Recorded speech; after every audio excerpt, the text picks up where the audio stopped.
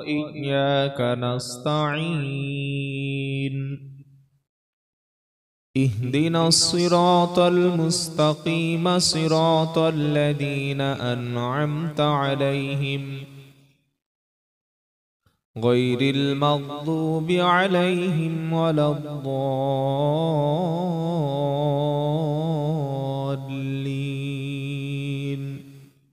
آمين.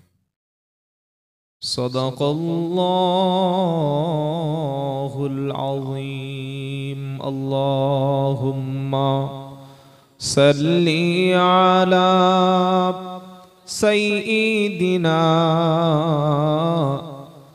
مولانا محمد وعلى آل سيدنا مولانا محمد।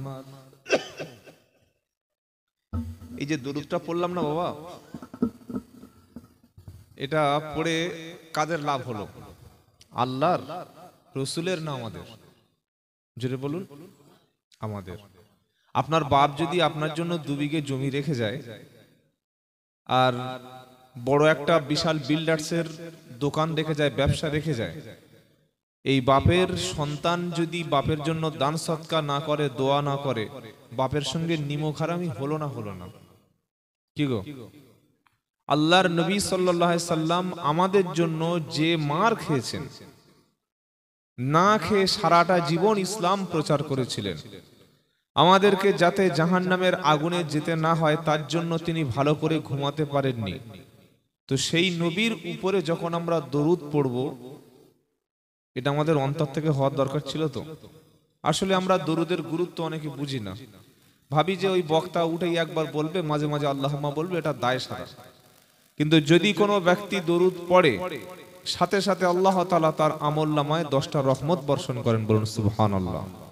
আল্লাহর রহমত ছাড়া জান্নাতে যাওয়া সম্ভব না। আমলে কোনো ব্যক্তিকে কিন্তু জান্নাত দেবে না, ভালো করে মাথায় রাখবেন। তা বলে এই নয় যে আমল ছেড়ে দিতে হবে। আমল করে কোনো মানুষ জান্নাতে যাবে না যদি আল্লাহর দয়া না থাকে। এবং রসুলের সুপারিশ লাগবে। কার সুপারিশ? মুহাম্মদ মুস্তাফা সাল্লাল্লাহু আলাইহি সাল্লামের সুপারিশ লাগবে। তিনি যদি আপনাকে কিয়ামতের দিন বলেন যে এই উম্মত আমার, আমি নবী সুপারিশ করছি, তাহলে আপনি জান্নাতি। আর নবী সাল্লাল্লাহু আলাইহি সাল্লাম যদি বলে উম্মতকে আমি চিনি না, ইনি আমার দলে না, ইনি আমার কেউ না, তাহলে আল্লাহ আপনার আর নিচ্ছে না, আপনি জান্নাতে যাওয়ার রাস্তাই পাচ্ছেন না। সেজন্য অন্তরের অন্তরস্থল থেকে সকলে উচ্চ স্বরে মহাব্বতে আল্লাহুম্মা সাল্লি আলা সাইয়্যিদিনা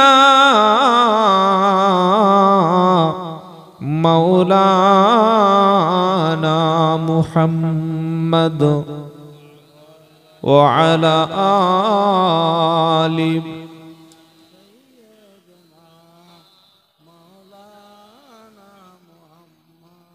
আলহামদুলিল্লাহ। সমস্ত প্রশংসা আমাদের আল্লাহর, যিনি সুন্দর একটা পরিবেশ আমাদেরকে দিয়েছেন, যে পরিবেশে কোরআন শোনার জন্য, নবীর আদর্শ জীবনীগুলো শোনার জন্য, কোরআনের মজলিসে, জিকিরের মজলিসে আল্লাহ আসার এবং বসার তৌফিক দিয়েছেন। আমরা সকলে বলি আলহামদুলিল্লাহ। পিয়ারা নবীর উপরে দরুদ ও সালাম বর্ষিত হোক। সকলে বলুন সাল্লাল্লাহু আলাইহি ওয়াসাল্লাম। আল্লাহ তাআলা তিনি যাকে ভালোবাসেন তাকেই তিনি হেদায়েত নসিব করেন, সঠিক পথে চলার তৌফিক দেন। যার কপাল ভালো, যার নসিব ভালো, সেই ব্যক্তি আল্লাহর উপরে ঈমান আনতে পারে। যার নসিব খারাপ, তাকদীর খারাপ, বদনসিব, তার উপরে ঈমান আসে না। নবীর বিবি ছিল এমন দুজন, যে দুজন নবীর সাথে সারা জীবন সংসার করেছে, সারা জীবন নবীর সাথে সময় দিয়েছে, কিন্তু নবীকে নবী বলে মেনে নিয়ে লা ইলাহা ইল্লাল্লাহ পড়বে এইটুকু বলতে পারে নাই। শুনে আশ্চর্য হচ্ছেন না? কি গো, ইমাম সাহেবের ছেলে, মুফতি সাহেবের ছেলে, পীর সাহেবের ছেলে না, স্বয়ং নবীর স্ত্রী। কোন কোন নবী? যে দুজন নবীর নাম কোরআনে এসেছে, একটা হচ্ছে লূত আলাইহিস সালাম, আর একটা হচ্ছে হযরতে নূহ আলাইহিস সালাম। নূহ নবী নাম শুনেন নাই? যে নবী সবচাইতে বেশি বেঁচে ছিলেন পৃথিবীতে আদম নবীর পরে, যাকে বলা হয় সেকেন্ড আদম, দ্বিতীয় আদম, নূহ আলাইহিস সালাম দ্বিতীয় আদম বলা হয়। এই নূহ নবী প্রায় ৯৫০ বছর বেঁচে ছিল, কিন্তু তার স্ত্রী একদিনের জন্য লা ইলাহা ইল্লাল্লাহ এইটুকু বলতে পারে না। আবার লূত আলাইহিস সালাম বলে একজন নবী ছিলেন, তার স্ত্রীও ঠিক কাফের ছিল। আশ্চর্য। আবার নূহ আলাইহিস সালামের ছেলে ছিল কেনান, সেও কাফের ছিল, ঈমান আনতে পারেন। আবার মুহাম্মদ সাল্লাল্লাহু আলাইহি ওয়াসাল্লামের নিজের চাচা আবু তালেব ছিল, সেও কাফের ছিল। মুহাম্মদ সাল্লাল্লাহু আলাইহি ওয়াসাল্লামের নিজের আরেকটা চাচা আবু লাহাব, সেও কাফের ছিল। কি আশ্চর্য! আর কাফের বড় আল্লাহদ্রোহী নবীর দুশমন ফেরাউন, তার স্ত্রী হলেন একজন জান্নাতি রানীদের সর্দারি। নিজরে বলুন সুবহানাল্লাহ। কি নাম? আসিয়া। চিন্তা করতে পারছেন? নবীর ঘরে হয়ে কাফের হয়ে কবরে চলে গেল, আর কাফেরের ঘরে স্ত্রী হয়ে ঈমান এনে জান্নাতি ঘোষণা হয়ে কবরে চলে গেল। সুবহানাল্লাহ। সেজন্য কার ছেলে কোন বংশে এসেছে বা কোথায় বাড়ি, এইগুলি বিবেচনার বিষয় নয়। বিবেচনার বিষয় হচ্ছে যে আমলটা কি, কাজটা কি। হাজী সাহেবের ছেলে অনেক সময় মাতাল হয়ে যায়, যায় কি যায় না? মাওলানা সাহেবের ছেলে অনেক সময় খারাপ পথে নেমে যায়। আবার একজন পাকা জুয়াখোর, পাকা মাতালের ছেলে, তার বংশের কোনো নাম নাই, সেই ঘরে আল্লাহ একজন হাক্কানি আলেম দান করেন। জোরে বলুন সুবহানাল্লাহ। সুতরাং যার নসিব ভালো, যার তাকদীর ভালো, যার কপাল ভালো, সেই ব্যক্তি কলেমা পড়ে আল্লাহর উপরে ঈমান আনতে পারে। তো আজকের আমরা আলোচনা করব যে বিষয়ের উপরে, বিষয়টা হচ্ছে আল্লাহর জিকির। কি নাম বললাম? জিকির। জাল, কাফ, র, তিনটি অক্ষরে একটা শব্দ জিকির। বাংলায় থেকে হলে হবে অন্ত্যেজ্য হস্যই, কয়হাস্যই, র, জিকির। এটা বাংলায় আরবির উচ্চারণ, আর অর্থ হলো আল্লাহর স্মরণ। অর্থ কি বললাম? আল্লাহর স্মরণ।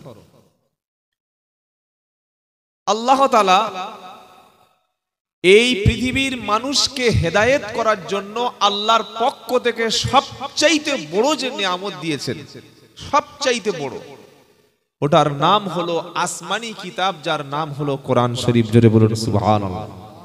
সবচাইতে মূল্যবান কিতাব, যার অক্ষর প্রত্যেকটা আল্লাহর পক্ষ থেকে, যার সূরাগুলি আল্লাহর পক্ষ থেকে, যার আয়াতগুলি আল্লাহর পক্ষ থেকে, যেটার মধ্যে কোনো ভুল নাই, যেটার মধ্যে কোনো মিথ্যা নাই, যেটার মধ্যে কোনো সন্দেহের অবকাশ নাই, তার নাম হলো কোরআন। তো আমি আলোচনার বিষয় বলে দিয়েছি, আলোচনার বিষয় হচ্ছে জিকির বা আল্লাহর স্মরণ। জিকির কোরআন শরীফের মধ্যে আল্লাহ তাআলা অনেকবার তিনি ব্যবহার করেছেন, এবং 5টি জিনিসকে আল্লাহ কোরআনে জিকির বলেছেন। কটা জিনিস? জোরে বলুন। 5টি জিনিসকে আল্লাহ কোরআনে বলেছেন জিকির। নাম্বার 1, কোরআনের একটা নাম হলো জিকির। পারা নাম্বার 14, পৃষ্ঠা নাম্বার 1, লাইন নাম্বার 7, আয়াত নাম্বার 9, সূরার নাম আল হিজর।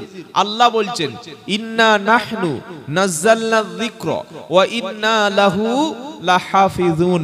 নিশ্চয়ই আমি আল্লাহ এই জিকির নাজিল করেছি, পাঠিয়েছি আসমান থেকে, আর এটার হেফাজতের দায়িত্ব স্বয়ং আমি আল্লাহ নিয়েছি। বলুন সুবহানাল্লাহ। আল্লাহ যদি না কোরআনের দায়িত্ব নিতেন, যে দুশমনী কোরআনের সঙ্গে পৃথিবীতে প্রথম থেকে হয়ে আসছে, কোরআন থাকা সম্ভব হতো না। আরো 3টে কিতাব নষ্ট হয়ে গেছে। কি? তাওরাত, মুসা নবীর উপরে কিতাব, জাবুর, দাউদ নবীর উপরে কিতাব, ইনজিল, ঈসা আলাইহিস সালামের উপরে নাজিলকৃত কিতাব।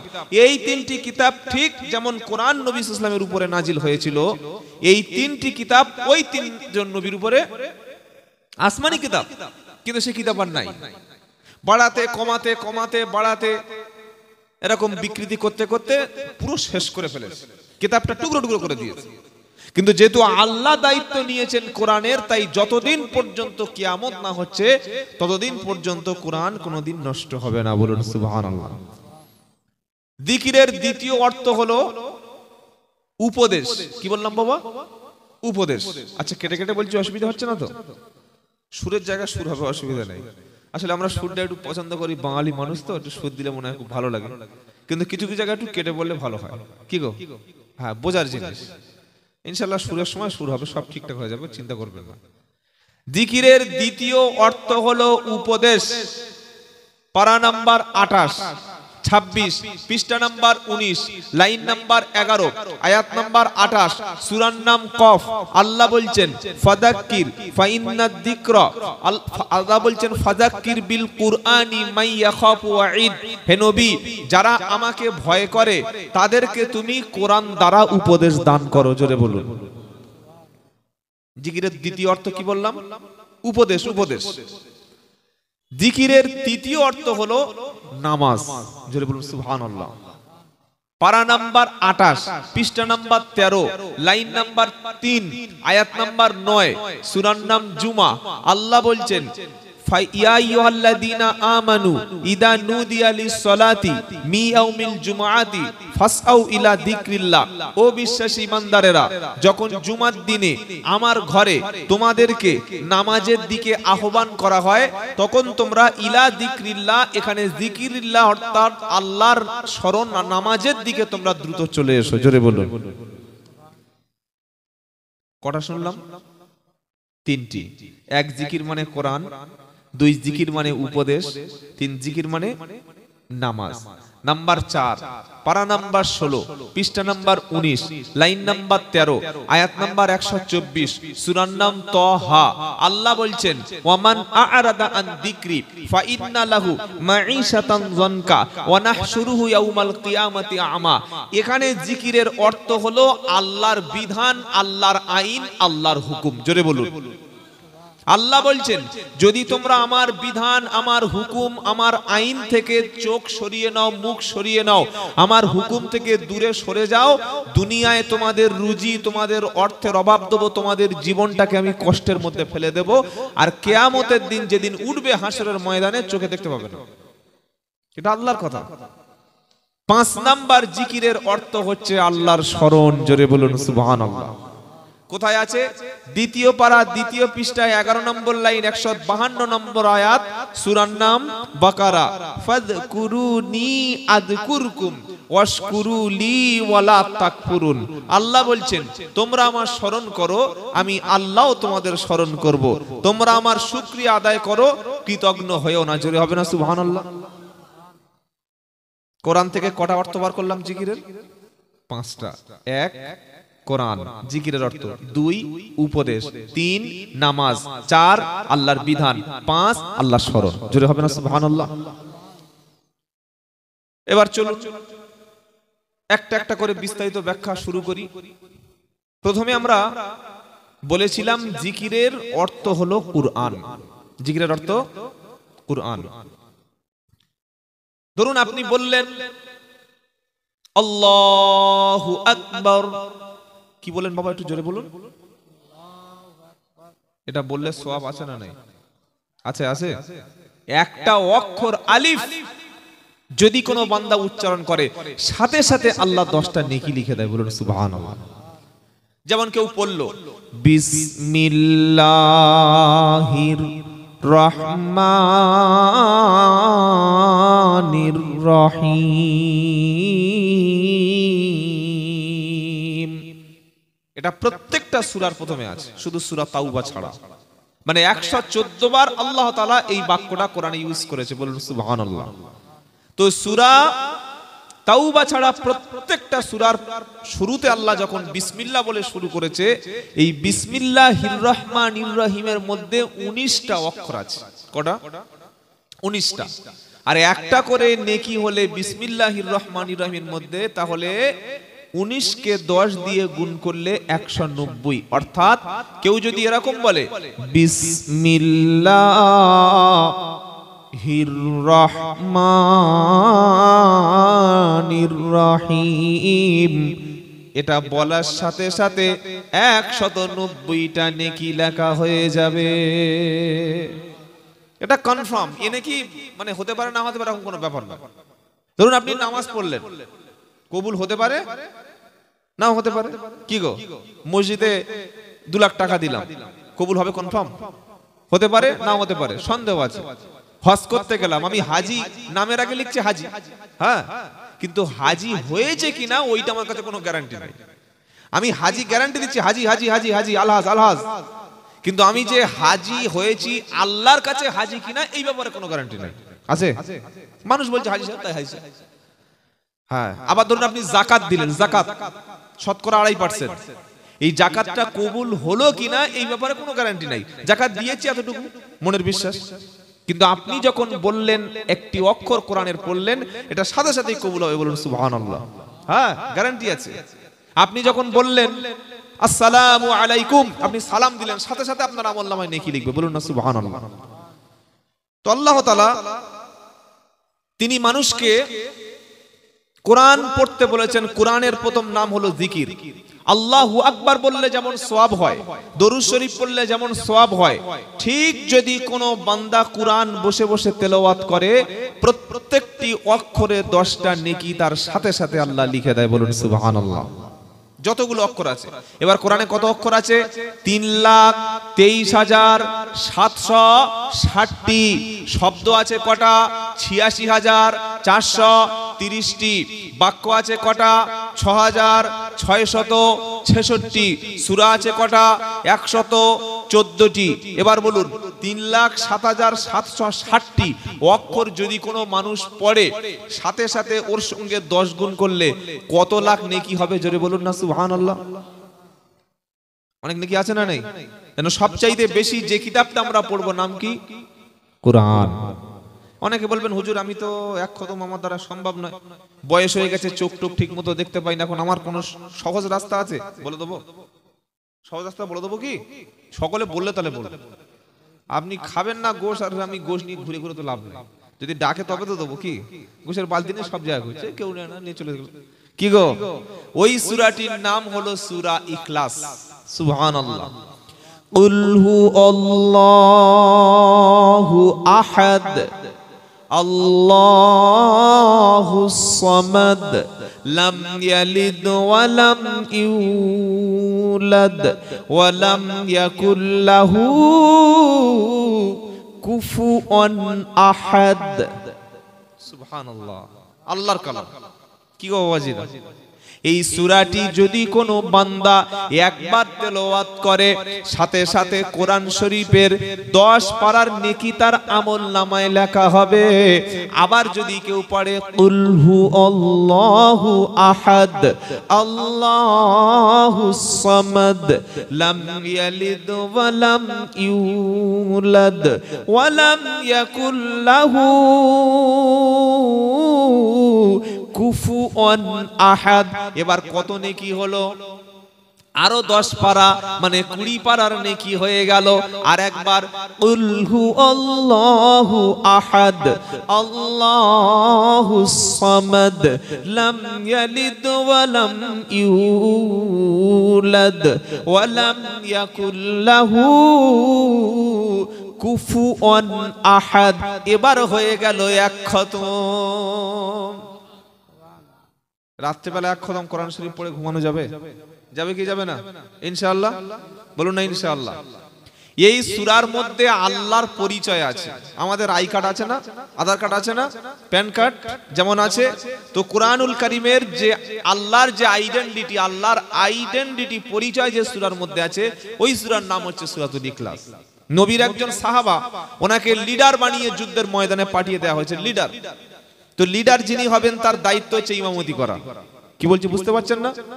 যিনি সমাজের নেতা হবে তার মধ্যে অন্তত মিনিমাম কোরআনুল কারীম পড়ার মতো যোগ্যতা থাকবে।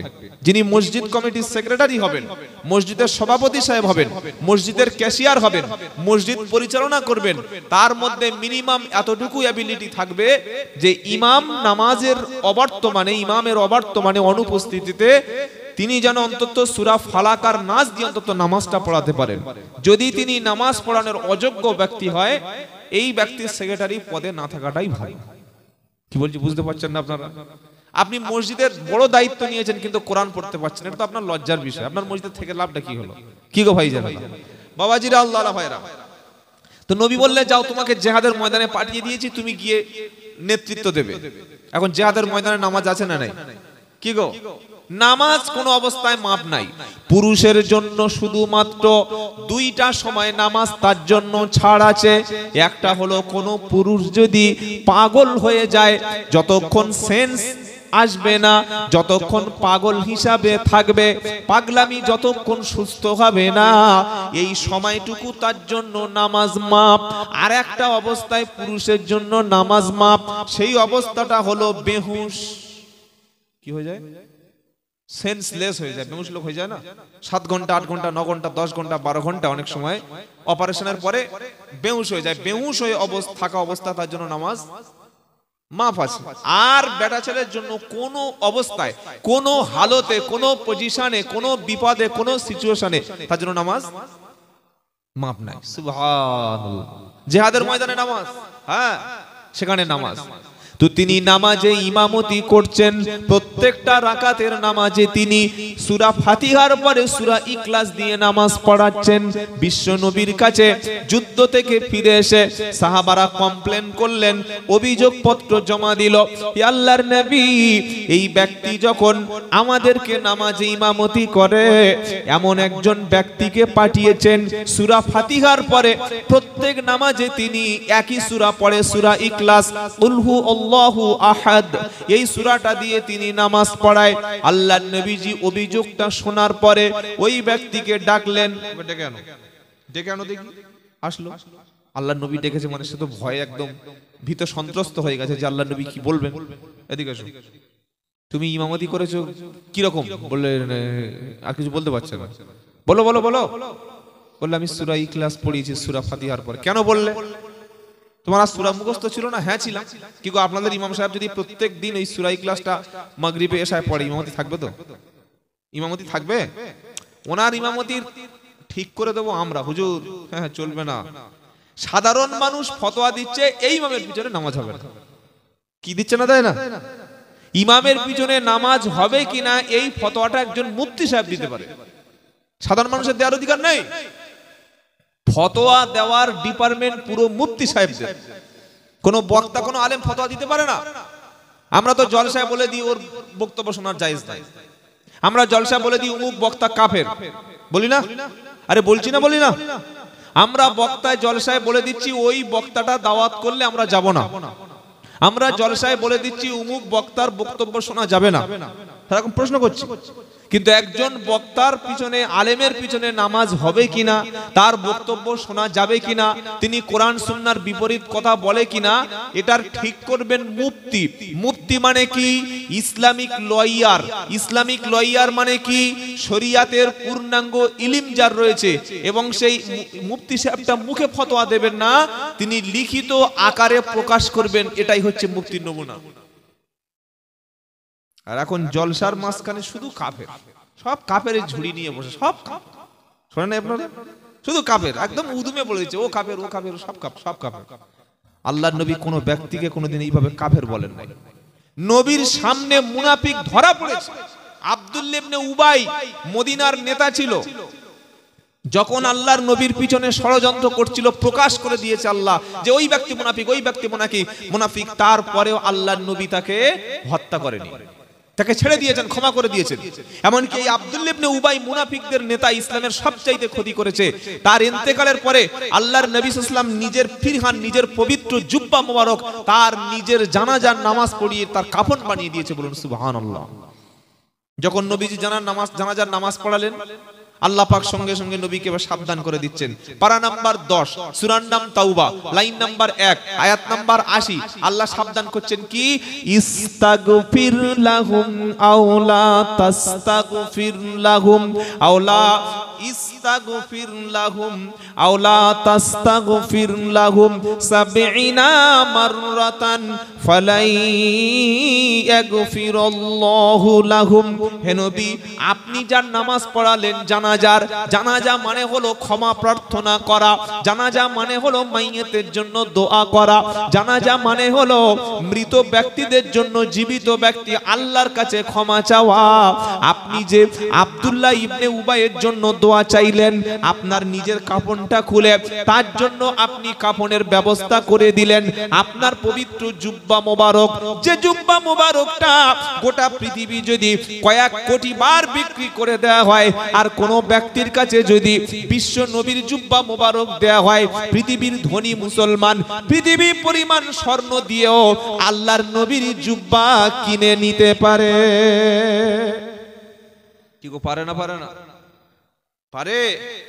এমনও মানুষ আছে যে যদি বলি ভাই নবীর জুব্বা আমার কাছে আছে, যদি কোনো রাজা বাদশা সৌদি থেকে বলে, পৃথিবীর সবচাইতে ধনী মুসলমান আল্লাহ রসুলের যত কোটি টাকা লাগ দিয়ে ওই জুব্বাটা কিনতে রাজি হবে। হবে না? হবে না?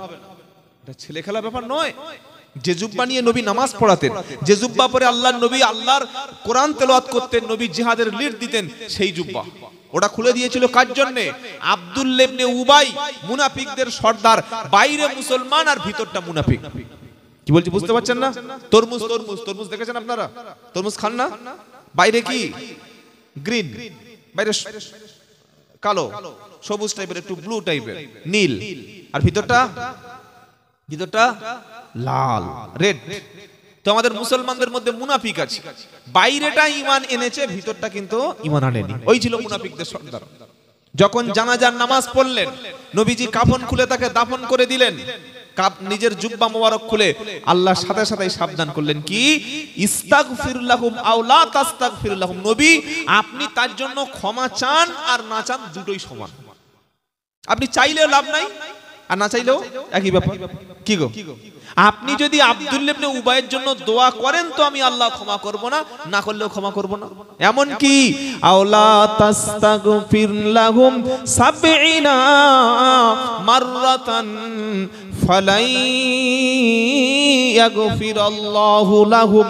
আপনি যদি আব্দুল্লাহ ইবনে উবাইয়ের জন্য 70 বার যদি আপনি ক্ষমা চান, আল্লাহ ক্ষমা করে দাও, আল্লাহ ক্ষমা করে দাও, আল্লাহ মাফ করে দাও, একবার দুবার তিনবার নয়, গুনে গুনে কোরআনে সূরা তাওবার 80 নম্বর আয়াতটা খুলুন। আল্লাহ বলছেন 70 বার যদি আপনি ক্ষমা চান, ওই আব্দুল্লাহ ইবনে উবাইকে কখনো ক্ষমা করব না। নবী 70 বার দোয়া চাইলেন। তাফসীরে এসেছে যে আমি 70 বার আল্লাহ বলেছে চেয়ে দেখবো। আল্লাহ বলছেন খবরদার নবী। আবার দুটো আয়াত পরে আল্লাহ বলছেন ওয়ালা তুসাল্লি আলা আহাদিম মিনহুম মাতা ওয়ালা তাকুম আলা কবরিহি। হে নবী, এই রকম আব্দুল্লাহ ইবনে উবাই মার্কা মুসলমান, মুনাফিক মার্কা মুসলমান, যারা মুখে স্বীকার করেছে কিন্তু অন্তর থেকে ইসলাম মেনে নেয়নি, এদের মৃত্যুর পরে এদের জানাজার নামাজ পড়বেন না, আর এদের কবরের কাছে কখনো দাঁড়াবেন না। সুবহানাল্লাহ, কি আশ্চর্য কথা চিন্তা করো বাবাজিরা, আল্লাহ ভাইরা। তো নবী বললেন এদিকে এসো। তুমি যে এই সূরা ইখলাস দিয়ে নামাজ পড়াচ্ছিলে কেন? সাহাবা তো ভয় পেয়ে গেছে, কি উত্তর দেব? আল্লাহর নবী সাহাবা বলেন, হে আল্লাহর নবী, এই সূরা ইখলাসটা যখন পড়ি তখন আমার মনে হয় যে আল্লাহর যে পরিচয়, আল্লাহর যে প্রশংসা এই সূরার মধ্যে আছে, আল্লাহর ভালোবাসায় এই সূরাটি আমি পড়ি। বলুন সুবহানাল্লাহ।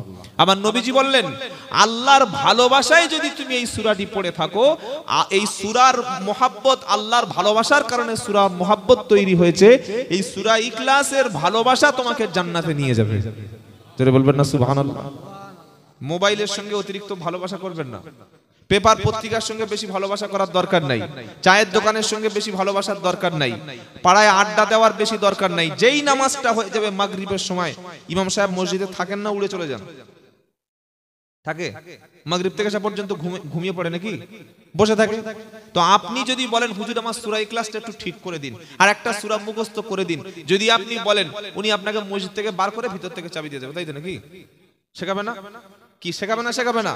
সেজন্য সূরা ইখলাসটা আমরা প্রত্যেকদিন রাতে 3 বার আমল করতে করতে ঘুমাবো। বলুন ইনশাআল্লাহ। যদি ঘুমাতে পারি এক খতম কোরআন শরীফের নেকি লিখে দেবেন কে? নারায়ে তাকবীর। আমল বলে দিয়ে গেলাম, ইনশাআল্লাহ করলে আপনাদের লাভ। প্রত্যেকদিন সূরা ইখলাস 3 বার এক খতম কোরআন শরীফের সওয়াব নিয়ে ঘুমাবেন। সুবহানাল্লাহ। তাহলে কোরআনের প্রথম অর্থ কি শুনিয়েছি?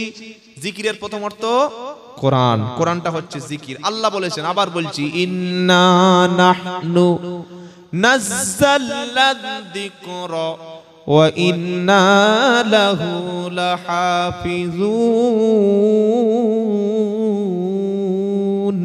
নিশ্চয়ই আমি আল্লাহ এই কোরআন নাজিল করেছি, আর এটার হেফাজতের দায়িত্ব আমি আল্লাহ নিজেই নিয়ে নিয়েছি। আল্লাহ কি করে দায়িত্ব নিয়েছেন আর কিভাবে হেফাজত করবেন সেটাও বলে দিয়েছে। আল্লাহর নবী সাল্লাল্লাহু আলাইহি সাল্লামের উপরে আমাদের ঘরে যে মোটা কোরআন শরীফ দেখতে পান, এটা একদিন একদম জেরক্সের মতো নবীর হাতে এসে, জোরে বলেন, পড়েনি। আল্লাহর নবীর হাতে একসঙ্গে 30 পারা নাজিল হয়নি।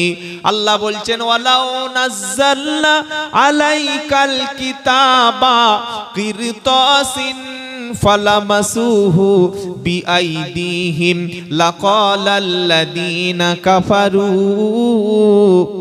হাদা সিহরুম মুবিন। এটা 7 নম্বর পারা 12 নম্বর পৃষ্ঠা 12 নম্বর লাইন, সূরার নাম আনআম। আল্লাহ বলছেন, যদি আমি কোরআনটা মুহাম্মদ সাল্লাল্লাহু আলাইহি সাল্লামের উপরে কাগজের পৃষ্ঠা আকারে, জেরক্স আকারে, কাগজের আকারে যদি পাঠিয়ে দিতাম, তখন ওই মক্কার লোকগুলো তারা কাগজটা স্পর্শ করত, টাচ করত, তুলে ধরতো আর বলতো এটা জাদু। কি বলতো? ও জাদু বলতো। আমি আল্লাহ এজন্য করে একদিন, দুদিন, 3 দিন না, 23টি বছর ধরে অল্প অল্প করে যেখানে যখন যেমন প্রয়োজন সেইখানে কোরআন পাঠিয়েছি। জোরে বলুন সুবহানাল্লাহ। যখন অল্প অল্প করে কোরআন মুহাম্মদ সাল্লাল্লাহু আলাইহি ওয়াসাল্লামের উপরে আসছিলেন, তিনি বারবার পড়ছিলেন যাতে ভুলে না যায়। শুনছেন আপনারা? নবী কিন্তু এরকম লিখে রাখতেন না, লেখার জন্য আলাদা লোক থাকতো, তার নাম হচ্ছে যায়েদ ইবনে সাবিত। এরকম কয়েকটা ওহী লেখক লিখে রাখতেন তারা। কিন্তু আল্লাহর নবী খালি জবান থেকে যেই জিবরাইল এসে শুনিয়ে দিতেন, ধরুন 1 মিনিটের জন্য, কিছু মনে করবেন না, ইনি জিবরাইল আর এখানে একজন আছেন মুহাম্মদ সাল্লাল্লাহু আলাইহি ওয়াসাল্লাম, দুজনেই বসে আছেন। যেই জিবরাইল নবীর কাছে বসে গেল, জিবরাইল জোরে জোরে পড়ে নিল, নবী সাল্লাল্লাহু আলাইহি ওয়াসাল্লাম একবার শুনে নিলেন। জিবরাইল বললেন, ইয়া রাসূলুল্লাহ আপনি পড়ুন। নবী সাল্লাল্লাহু আলাইহি ওয়াসাল্লাম পড়ে নিলেন। সঙ্গে সঙ্গে জিবরাইল দেখলেন যে আল্লাহ ঠিক যেভাবে বলতে বলেছে, পাঠিয়েছে, ওইভাবে নবী পড়ে নিয়েছেন। সঙ্গে সঙ্গে জিবরাইল চলে যাচ্ছেন। বলুন সুবহানাল্লাহ। তো এইভাবে যখন একটা আয়াত নাজিল হচ্ছে, নবী খালি পড়ছে, বারবার পড়ছে, বারবার পড়ছে, যেন ভুলে না যায়। কি গো? হ্যাঁ। তো আল্লাহ পাক দেখলেন নবীর ঠোঁট প্রচুর নড়ছে, মানে জিহ্বা তাড়াতাড়ি নড়ছে, কষ্ট হচ্ছে। আল্লাহ বলছেন, আমার নবীর তো কষ্ট হচ্ছে। কি গো? আল্লাহ আবার বলছেন, লা তুহাররিক বিহি লিসানাকা লিতাজালা বিহি ইন্না আলাইনা জামআহু ওয়া কুরআনা। 29 নম্বর পারা, সূরার নাম কিয়ামা, 3 নম্বর, 4 নম্বর, 5 নম্বর লাইন, 16 নম্বর আয়াত। লা তুহাররিক বিহি লিসানাকা লিতাজালা বিহি ইন্না আলাইনা জামআহু ওয়া কুরআনা। আমার আল্লাহ বলছেন, নবী কোরআনটা মুখস্থ করার জন্য আপনাকে দেখছি খুব কষ্ট করছেন। মুখস্থ যাতে তাড়াতাড়ি হয় সেজন্য দ্রুত আপনার ঠোঁটটা নড়ছে, আপনার কষ্ট হচ্ছে। খবরদার এমন কষ্ট করার কোনো প্রয়োজন নাই। এবার জিবরাইল আলাইহিস সালাম যখন আপনার কাছে গিয়ে কোরআনের বাণী শোনাবে, একবার জিবরাইল পড়বেন, আপনি তার সাথে সাথে উচ্চারণ করবেন। ওটাকে সিনার মধ্যে মুখস্থ করিয়ে দেওয়ার দায়িত্ব আমি আল্লাহ নিয়ে নিলাম। নবীর জীবনে যখন ইন্তেকাল করেন, তখন কোরআনের হাফেজ ছিল 22 জন। কজন? জোরে বলুন। এখন তো একটা পাড়ায় 10-12 জন কি আছে না? নাই, আরো বেশি, বাড়ি বাড়ি হাফেজ। আলহামদুলিল্লাহ। একটা পাড়ায় এখন 4-5 জন হাফেজ। কিন্তু নবী যখন ইন্তেকাল করছেন, পৃথিবীতে চলে যাচ্ছেন, নবীর 63 বছর বয়সে, সেই সময় মদিনার জমিনে ছিল 22 জন হাফেজ। কজন? 22 জন। তো নবী ইন্তেকাল করছেন আর মাত্র 22 জন হাফেজ বেঁচে আছে। আর তখন কিন্তু এই যেভাবে এখন মসজিদে কোরআন পাওয়া যায় না কি যায় না? আমাদের বাড়িতে বাড়িতে কোরআন আছে, মাদ্রাসায় কোরআন আছে, 300 টাকা 400 টাকা দিলে একটা কোরআন আপনাকে দিয়ে যাবে না? কিন্তু তখন এইভাবে কোরআন একত্রে ছিল না। ওই যে বললাম নবীর পাশে বসে বসে লিখতেন সাহাবা, যায়েদ ইবনে সাবিত আর অন্যান্য সাহাবারা। কোন একটা, তখন তো আর কাগজ ছিল না, কম্পিউটার ছিল না। এখন কিছু হলো কম্পিউটারে লোড করে দিলাম, কিছু হলো কাগজে লিখে প্রিন্ট আউট করে দিলাম, হয় কি হয় না? কিছু হলো একটা পিডিএফ বার করে নিলাম। তখন তো পিডিএফ নাই, কম্পিউটার নেই, ল্যাপটপ নাই, কোনো কাগজ নাই, কি করবে? সাহাবারা লিখতেন এই রকম বিশাল বড় একটা পাথর, পাথরের উপরে ধরুন ইন্না আনজালনাহু ফি লাইলাতিল কদর, এই সূরাটি লিখে রেখেছে। আপনারা শুনতে বুঝতে পারছেন তো? সূরাটি লিখে রেখেছে। ধরুন সূরা লাহাব, তাব্বাত ইয়াদা আবি লাহাবি ওয়া তাব, এই সূরাটি একটা গাছের পাতায়, বড় পাতা শুকিয়ে তার উপরে লিখে রেখেছে। ধরুন সূরা মাউন, আরাইতাল্লাযী ইউকাদ্দিবু বিদ্দিন, এই সূরাটি গাছের ছাল কেটে ছোট ছোট করে কেটে কেটে কেটে কেটে ওর গায়ে লিখে রেখেছে। যেমন তাজমহল, তাজমহলের গায়ে দেখবেন কোরআনের প্রায় অর্ধেকের বেশি অংশ তাজমহলের গায়ে লেখা আছে, বলেন সুবহানাল্লাহ। কুতুব মিনার, তার গায়ে কোরআনের আয়াত রয়েছে। বড় বড় মসজিদে কেটে কেটে পাথর কোরআন আয়াত লেখে না? ঠিক সাহাবারা ওইভাবে লিখে রাখতেন। কোরআন তখন এক জায়গায় হয়নি। নবী যখন ইন্তেকাল করলেন, তারপরে একটা যুদ্ধ হলো, ইয়ামামার যুদ্ধ। ইয়ামামা, এই ইয়ামামা যুদ্ধের পরে অনেক হাফেজ শহীদ হয়ে গেল, আর কয়েকজন মাত্র হাফেজ বেঁচে থাকলেন। মনে রাখবেন যে মাওলানা সাহেবের কাজ হলো কোরআনের ব্যাখ্যা করা, কোরআন থেকে আলোচনা করা। মাওলানা সাহেবের কিন্তু সিনার মধ্যে কোরআন মুখস্থ নাই। কোন মাওলানা সাহেব এক জায়গায় বসে 30 পারা বলতে পারবেন না, কিন্তু একজন বলতে পারেন, তার নাম হচ্ছে হাফেজ সাহেব। বলুন না সুবহানাল্লাহ। তিনি এক জায়গায় বসে 30 পারা কোরআন বলতে পারেন, তিনি হচ্ছেন হাফেজ। তো এই রকম ব্যাপক পরিমাণে হাফেজ যখন শহীদ হয়ে গেল, নিহত হয়ে গেল, তখন হযরতে আবু বকর সিদ্দিক বিষয়টা ভাবলেন, হযরতে ওমর ফারুক ভাবলেন, উসমান গনি ভাবলেন। ভেবে আবু বকর সিদ্দিক প্রথমে ডাকলেন হযরতে ওমর ফারুককে, ডাকলেন, ওমরের দিকে এসো। বললে কি? বললে ইয়ামামা যুদ্ধে যেভাবে হাফেজ কোরআন শহীদ হয়ে যাচ্ছে, আর নবীর ইন্তেকালের সময় তো কোরআন এক জায়গায় করা হয়নি, আর মাত্র 22 জন হাফেজ। পরবর্তী নেক্সট যুদ্ধে যদি সবাই শহীদ হয়ে যায়, তাহলে কোরআনটা রক্ষা করা সম্ভব হবে না। এক কাজ করো, কোরআনটা এক জায়গায় করা হোক। ওমর ফারুক তো শুনে পা একদম ঠান্ডা হয়ে গেল, মানে পাথর যেন মাথার উপরে পাহাড় ভেঙে পড়ল। ওমর ফারুক বলছেন, ভাই আবু বকর, আপনি বলছেনটা কি? যে কাজ আল্লাহর নবী করে যায়নি, সে কাজটা আমরা করব কি করে? কি বলছি বুঝতে পারছেন না? যে কাজ বিশ্ব নবী সাল্লাল্লাহু আলাইহি ওয়াসাল্লাম করেননি, সেটা আমরা করব কিভাবে? বললেন উসমানকে ডাকো। উসমান গনিকে ডাকলেন, তিনি বললেন হ্যাঁ, প্রস্তাবটা খুব ভালো। খুব বোঝানো হলো, ওমর ফারুককে বোঝানো হলো। তো ওমর ফারুক বলল, নবী সাল্লাল্লাহু আলাইহি ওয়াসাল্লামের 24 ঘন্টা সাথী যিনি ছিলেন, কাতিবে ওহী লিখতেন, রাইটার, তার নাম হচ্ছে যায়েদ ইবনে সাবিত। এই যায়েদকে ডাকো। যায়েদ রাদিয়াল্লাহু তাআলা আনহু আসলেন। একটা করে আয়াত অংশ, গাছের ছাল ডাল বিভিন্ন পাতা, ওইগুলি নিয়ে সূরা বাকারার এই অংশটা লিখে রাখো, সূরা আল ইমরানের ওই অংশটা লিখে রাখো, সূরা নিসার ওই অংশটা লিখে রাখো। যখন একটা করে আয়াত লিখছেন আর দুজন করে সাক্ষী উপস্থিত করছেন, যে আয়াতটা যখন নাজিল হয়, কে কে শুনেছিলে, কার কার সামনে নবী বলেছিল, বললে হ্যাঁ আমরা শুনেছি। এভাবে গোটা কোরআনটাকে এই এক জায়গায় করা উসমান গনি রাদিয়াল্লাহু তাআলা আনহু, হযরতে ওমর ফারুক রাদিয়াল্লাহু তাআলা আনহু আর আবু বকর সিদ্দিক যায়েদ রাদিয়াল্লাহু তাআলার উপরে দায়িত্ব দিলেন। কি বিশাল দায়িত্ব, বুঝতে পারছেন? চারটিখানি ব্যাপার না। হযরতে যায়েদ রাদিয়াল্লাহু তাআলা আনহু বলেন, যখন আমাকে দায়িত্ব দেয়া হলো, আমাকে আবু বকর এবং উমর দুজন ডেকে যখন বিষয়টা আমার সামনে বললেন, আল্লাহর কসম, আল্লাহি, ওহদ পাহাড় যদি এক জায়গা থেকে নিয়ে আর এক জায়গায় স্থানান্তরিত করে দেওয়া আমাকে বলতো, আমার দ্বারাই সহজ ছিল, কিন্তু কোরআন লিখে এক জায়গায় একত্র করা আমার পক্ষে কঠিন ছিল। কিন্তু তারা দুজনে আমাকে বোঝালেন, আর আল্লাহ পাক আমাকে ইসলামের জন্য অন্তরটা প্রশস্ত করে দিলেন। আল্লাহ যদি আপনাকে সহজ না করে দেয়, আপনি কোরআন বুঝতে পারবেন না।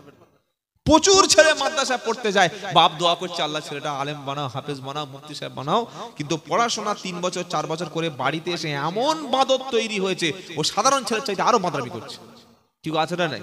হ্যাঁ, কারণ তার কপালে হেদায়েত নাই, হেদায়েত শূন্য হয়ে গেছে। লেখা শুরু হয়ে গেল। কয়েক বছর পরিশ্রম করার পরে যখন কোরআনের একটা কপি লেখা হলো, ওটা নিয়ে আল্লাহর নবী সাল্লাল্লাহু আলাইহি সাল্লামের দ্বিতীয় খলিফা হযরতে ওমর ফারুকের কাছে যায়েদ ইবনে সাবিত জমা দিলেন। জোরে বলুন সুবহানাল্লাহ। যে হাফেজগুলো বেঁচে ছিলেন তাদেরকে বললেন তোমরা কোরআন পড়ো। সুবহানাল্লাহ বলতে ইচ্ছা করে না? কি আশ্চর্য ইতিহাস গো। হ্যাঁ, যায়েদ ইবনে সাবিত এবং উমার বললেন তোমরা কোরআন পড়ো। হাফেজে কোরআন যে কজন বেঁচে ছিল তারা কোরআন পড়তে শুরু করলো, আর প্রত্যেকটা অক্ষর আয়াতগুলি মিলিয়ে মিলিয়ে দেখা শুরু হলো। মেলানো শেষ হয়ে গেল, হাফেজে কোরআনের তেলাওয়াত শেষ হয়ে গেল। সূরা ফাতিহা থেকে নাস পর্যন্ত 114টা সূরা, 30টি পারা, 540টা রুকু, 86,430টি শব্দ, 6,666টি বাক্য, 3,23,760টা অক্ষর যেমন ভাবে হাফেজ পড়েছিল যায়েদ ইবনে সাবিত এইভাবে একত্রে লিখে ফেললো। জোরে বলুন সুবহানাল্লাহ। এই অংশটা নিয়ে হযরত ওমর ফারুকের কাছে পাণ্ডুলিপি আকারে জমা দেয়া হলো। ওমর ফারুক যতদিন খেলাফতের দায়িত্ব ছিলেন মদিনায় ততদিন তার কাছে এটা সংগ্রহ ছিল। আর ওমর ফারুক ইন্তেকাল করার সময় ওমর ফারুকের মেয়ে রাসূল পাক সাল্লাল্লাহু আলাইহি সাল্লামের স্ত্রী আম্মা জান হাফসা রাদিয়াল্লাহু তাআলা আনহার কাছে দিয়ে ওমর ফারুক ইন্তেকাল করলেন। হাফসা রাদিয়াল্লাহু তাআলা আনহা রাসূলের একজন প্রিয়তমা স্ত্রী ছিলেন। 3 নম্বর খলিফা হলেন, নাম হচ্ছে উসমান ইবনে আফফান। কি জানেন না উসমান গনি রাদিয়াল্লাহু তাআলা? জানেন না? জানেন না? এই উসমান ইবনে আফফান রাদিয়াল্লাহু তাআলা আনহু তিনি দেখলেন বিভিন্ন জায়গার লোক বিভিন্ন ভাবে কোরআনের আয়াত পড়া শুরু করে দিয়েছে, এক এক লোক এক এক রকম ভাবে পড়ছে। উসমান গনি বললেন এইবার উসমান গনি খেলাফতের দায়িত্ব নিয়ে রাসূলের স্ত্রী আম্মা জান হাফসা, ওমর ফারুকের মেয়ে আম্মা জান হাফসা রাদিয়াল্লাহু তাআলা আনহা তার কাছে গিয়ে বললেন ওই পাণ্ডুলিপিটা দাও, ওই কপিটা দাও। ওটা নিয়ে হাজার হাজার তিনি কোরআন আবার নতুন করে ওই কপি দ্বারা তিনি লিখে গোটা সমস্ত খেলাফতের মধ্যে সবকিছু ছড়িয়ে দিলেন। জোরে বলুন সুবহানাল্লাহ। এজন্য উসমান গনিকে বলা হয় জামিউল কুরআন। আবু বকর, উমর, যায়েদ রাদিয়াল্লাহু তাআলা, উসমান গনি রাদিয়াল্লাহু তাআলা যদি এই মেহনতটা না করে যেতেন আপনি কোরআন পেতেন না। কোরআন থাকতো না আপনার কাছে। পাবেন কি করে আপনি? বলে হুজুর তাহলে আমাদের এই যে ভারতবর্ষে কোরআনটা এলো ওই অরিজিনাল ওইটা এসছে তো নাকি অন্য কিছু এসছে? কি গো বিশ্বাস হয় না? অনেকে প্রশ্ন করতে পারে যে আমাদের এই আপনাদের এটা কোন থানা? বাদুড়িয়া। বাদুড়িয়া থানায় যে আমাদের এলাকায় যে কোরআনটা মসজিদে আছে সত্যি ওই উসমান গনির ওই কোরআন তো? হাফসা রাদিয়াল্লাহু তাআলা ওই কোরআন তো নাকি এটা আবার কম বেশি আছে? ভারতবর্ষের জমিনে ইসলাম এনেছিলেন হাক্কানি ওলিরা, হাক্কানি আলেমরা। জোরে বলুন সুবহানাল্লাহ। খাজা মহিউদ্দিন চিশতি নাম শুনেছেন? শুনেন নাই বাবা? যাকে আমরা এক কথায় বলি খাজা বাবা। কি তাই তো? কিন্তু তার ডিগ্রি, তার কোয়ালিটি, তার কোয়ালিফিকেশন, কোয়ান্টিটি আমরা অনেকে জানি না। তিনি মাত্র 7 বছর বয়সে কোরআনের হিফজ করেছিলেন। জোরে বলুন সুবহানাল্লাহ। এই বাবাজিরা, হাফেজ হওয়ার পরে তিনি আলেম হলেন। তারপরে দাওয়াতের কাজ করতে করতে, কলেমার প্রচার করতে করতে কোথাকার মানুষ আল্লাহ তাআলা তাকে হিন্দুস্তানের জন্য কবুল করলেন। জোরে বলুন না সুবহানাল্লাহ। তিনি ছিলেন হাফেজ। এইভাবে বর্তমানে আমাদের ভারত, পাকিস্তান, বাংলাদেশের জমিনে রয়েছে। মাইক ম্যানটা কই? সবাই এলেন? আপনি বিয়ে হয়ে গেছে সেই সময় গরু জবাই করছে। কি বুঝলেন? একটু আগে আসবেন তো, এবার সাউন্ডটা ঠিক হয়েছে। বলি এত কষ্ট হচ্ছে কেন কথা বলতে? প্রতিদিন তো 4 ঘন্টা, কালকে 2টো প্রোগ্রাম ছিল। আমি প্রোগ্রাম 2টো করে করি না, কিন্তু সমস্যা হয়ে গেছে।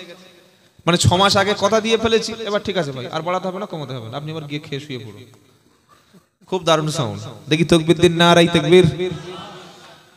তো কালকে 2টো প্রোগ্রাম ছিল, প্রায় 5 ঘন্টা 2 জায়গায় কথা বলতে হলো।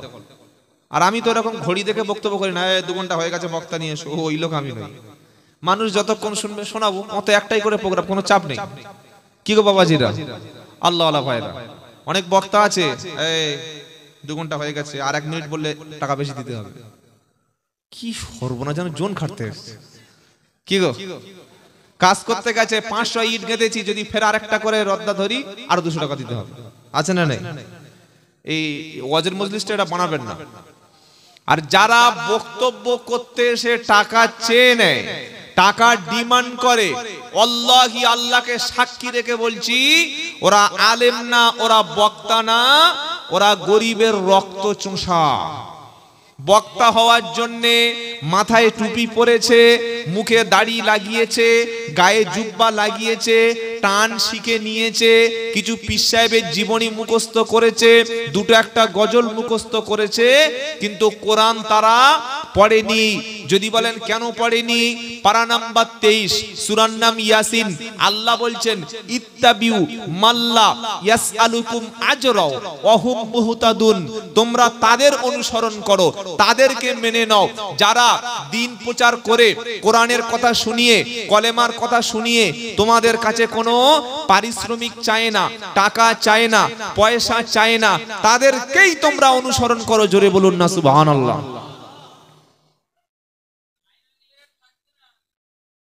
বুঝতে পেরেছি? এই বাবাজিরা, আল্লাহর নবী সাল্লাল্লাহু আলাইহি সাল্লাম এই কোরআনের প্রচার করার জন্য তায়েফে গিয়ে মার খেয়েছিলেন, সাহাবায়ে কেরামরা জীবন দিয়েছিলেন। ইমাম আজম আবু হানিফা জেলখানায় তার ইন্তেকাল হলো, শহীদ হলো। ইমাম মালিকের মারতে মারতে তার শরীর জীর্ণ শীর্ণ করে দিয়েছিলেন। ইমাম হাম্বল রহমতুল্লাহ দুটো হাত বেঁধে হাত দুটো ডিসকানেক্টেড হয়ে গিয়েছিল। সেই সাথে সাথে এই ভারতবর্ষের জমিনে খাজা মঈনুদ্দিন চিশতি রহমতুল্লাহ আলাইহি, নিজামউদ্দিন আউলিয়া রহমতুল্লাহ আলাইহি, বড় পীর আব্দুল কাদের জিলানী রহমতুল্লাহ আলাইহি বাগদাদে, হযরতে সুফি ফতেহ আলী আইসি হুজুর কলকাতায়, হযরতে আশরাফ আলী থানভী রহমতুল্লাহ আলাইহি উত্তরপ্রদেশের থানে। নাম শুনেন আশরাফ আলী থানভী রহমতুল্লাহ আলাইহি? ওলি ছিলেন গো। কি গো?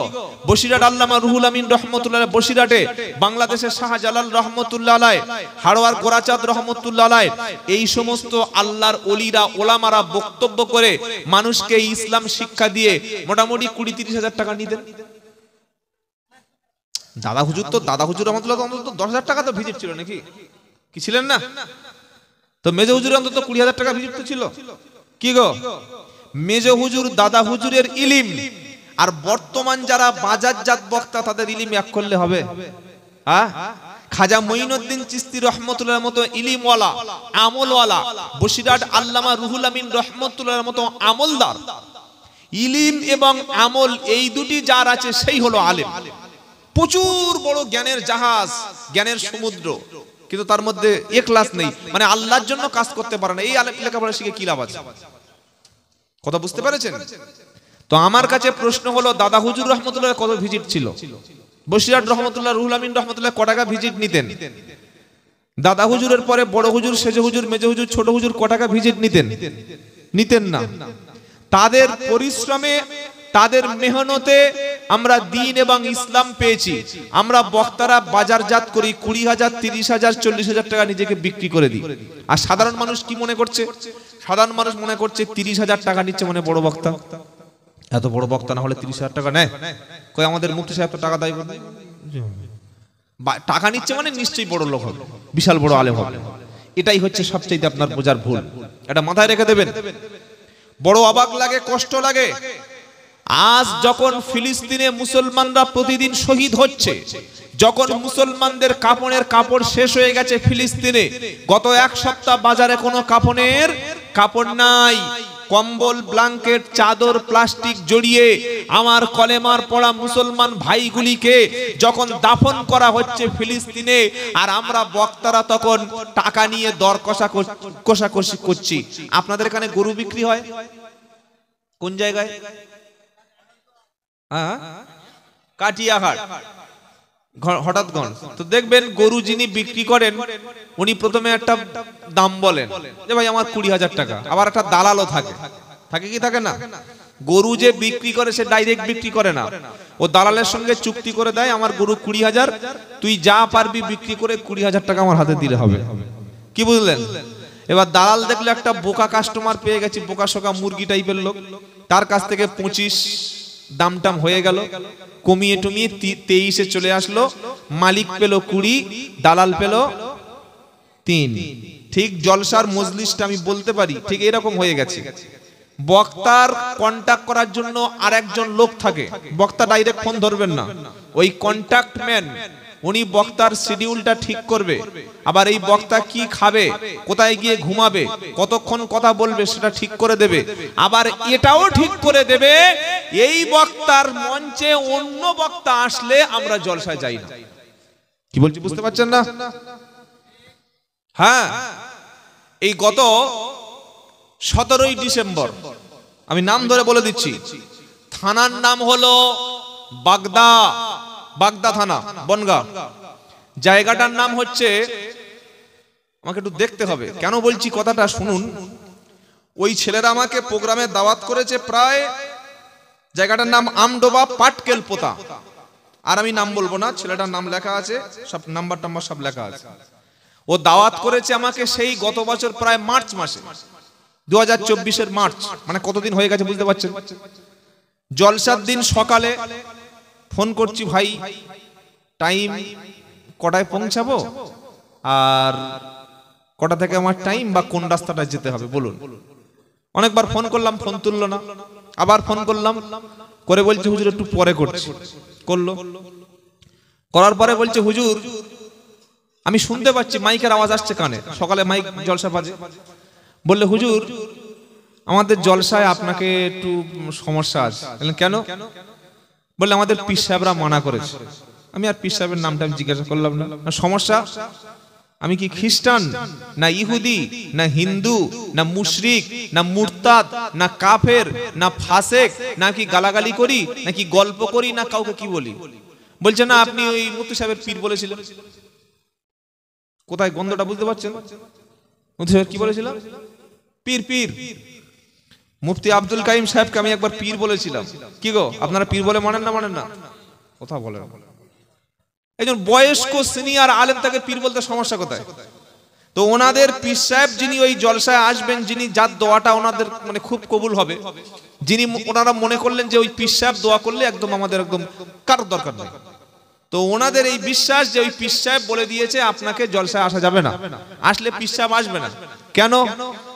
একদম আমার ফোনে ঠিক কথাগুলো এইরকম বলছে না আপনি মুফতি আব্দুল কাইম সাহেবকে পীর সাহেব বলেছিলেন। তো পীর বললে সমস্যা আপনাদের কি? বলে না উনি ও আপনার মতো লোক চলবে না। বুঝতে পারছেন?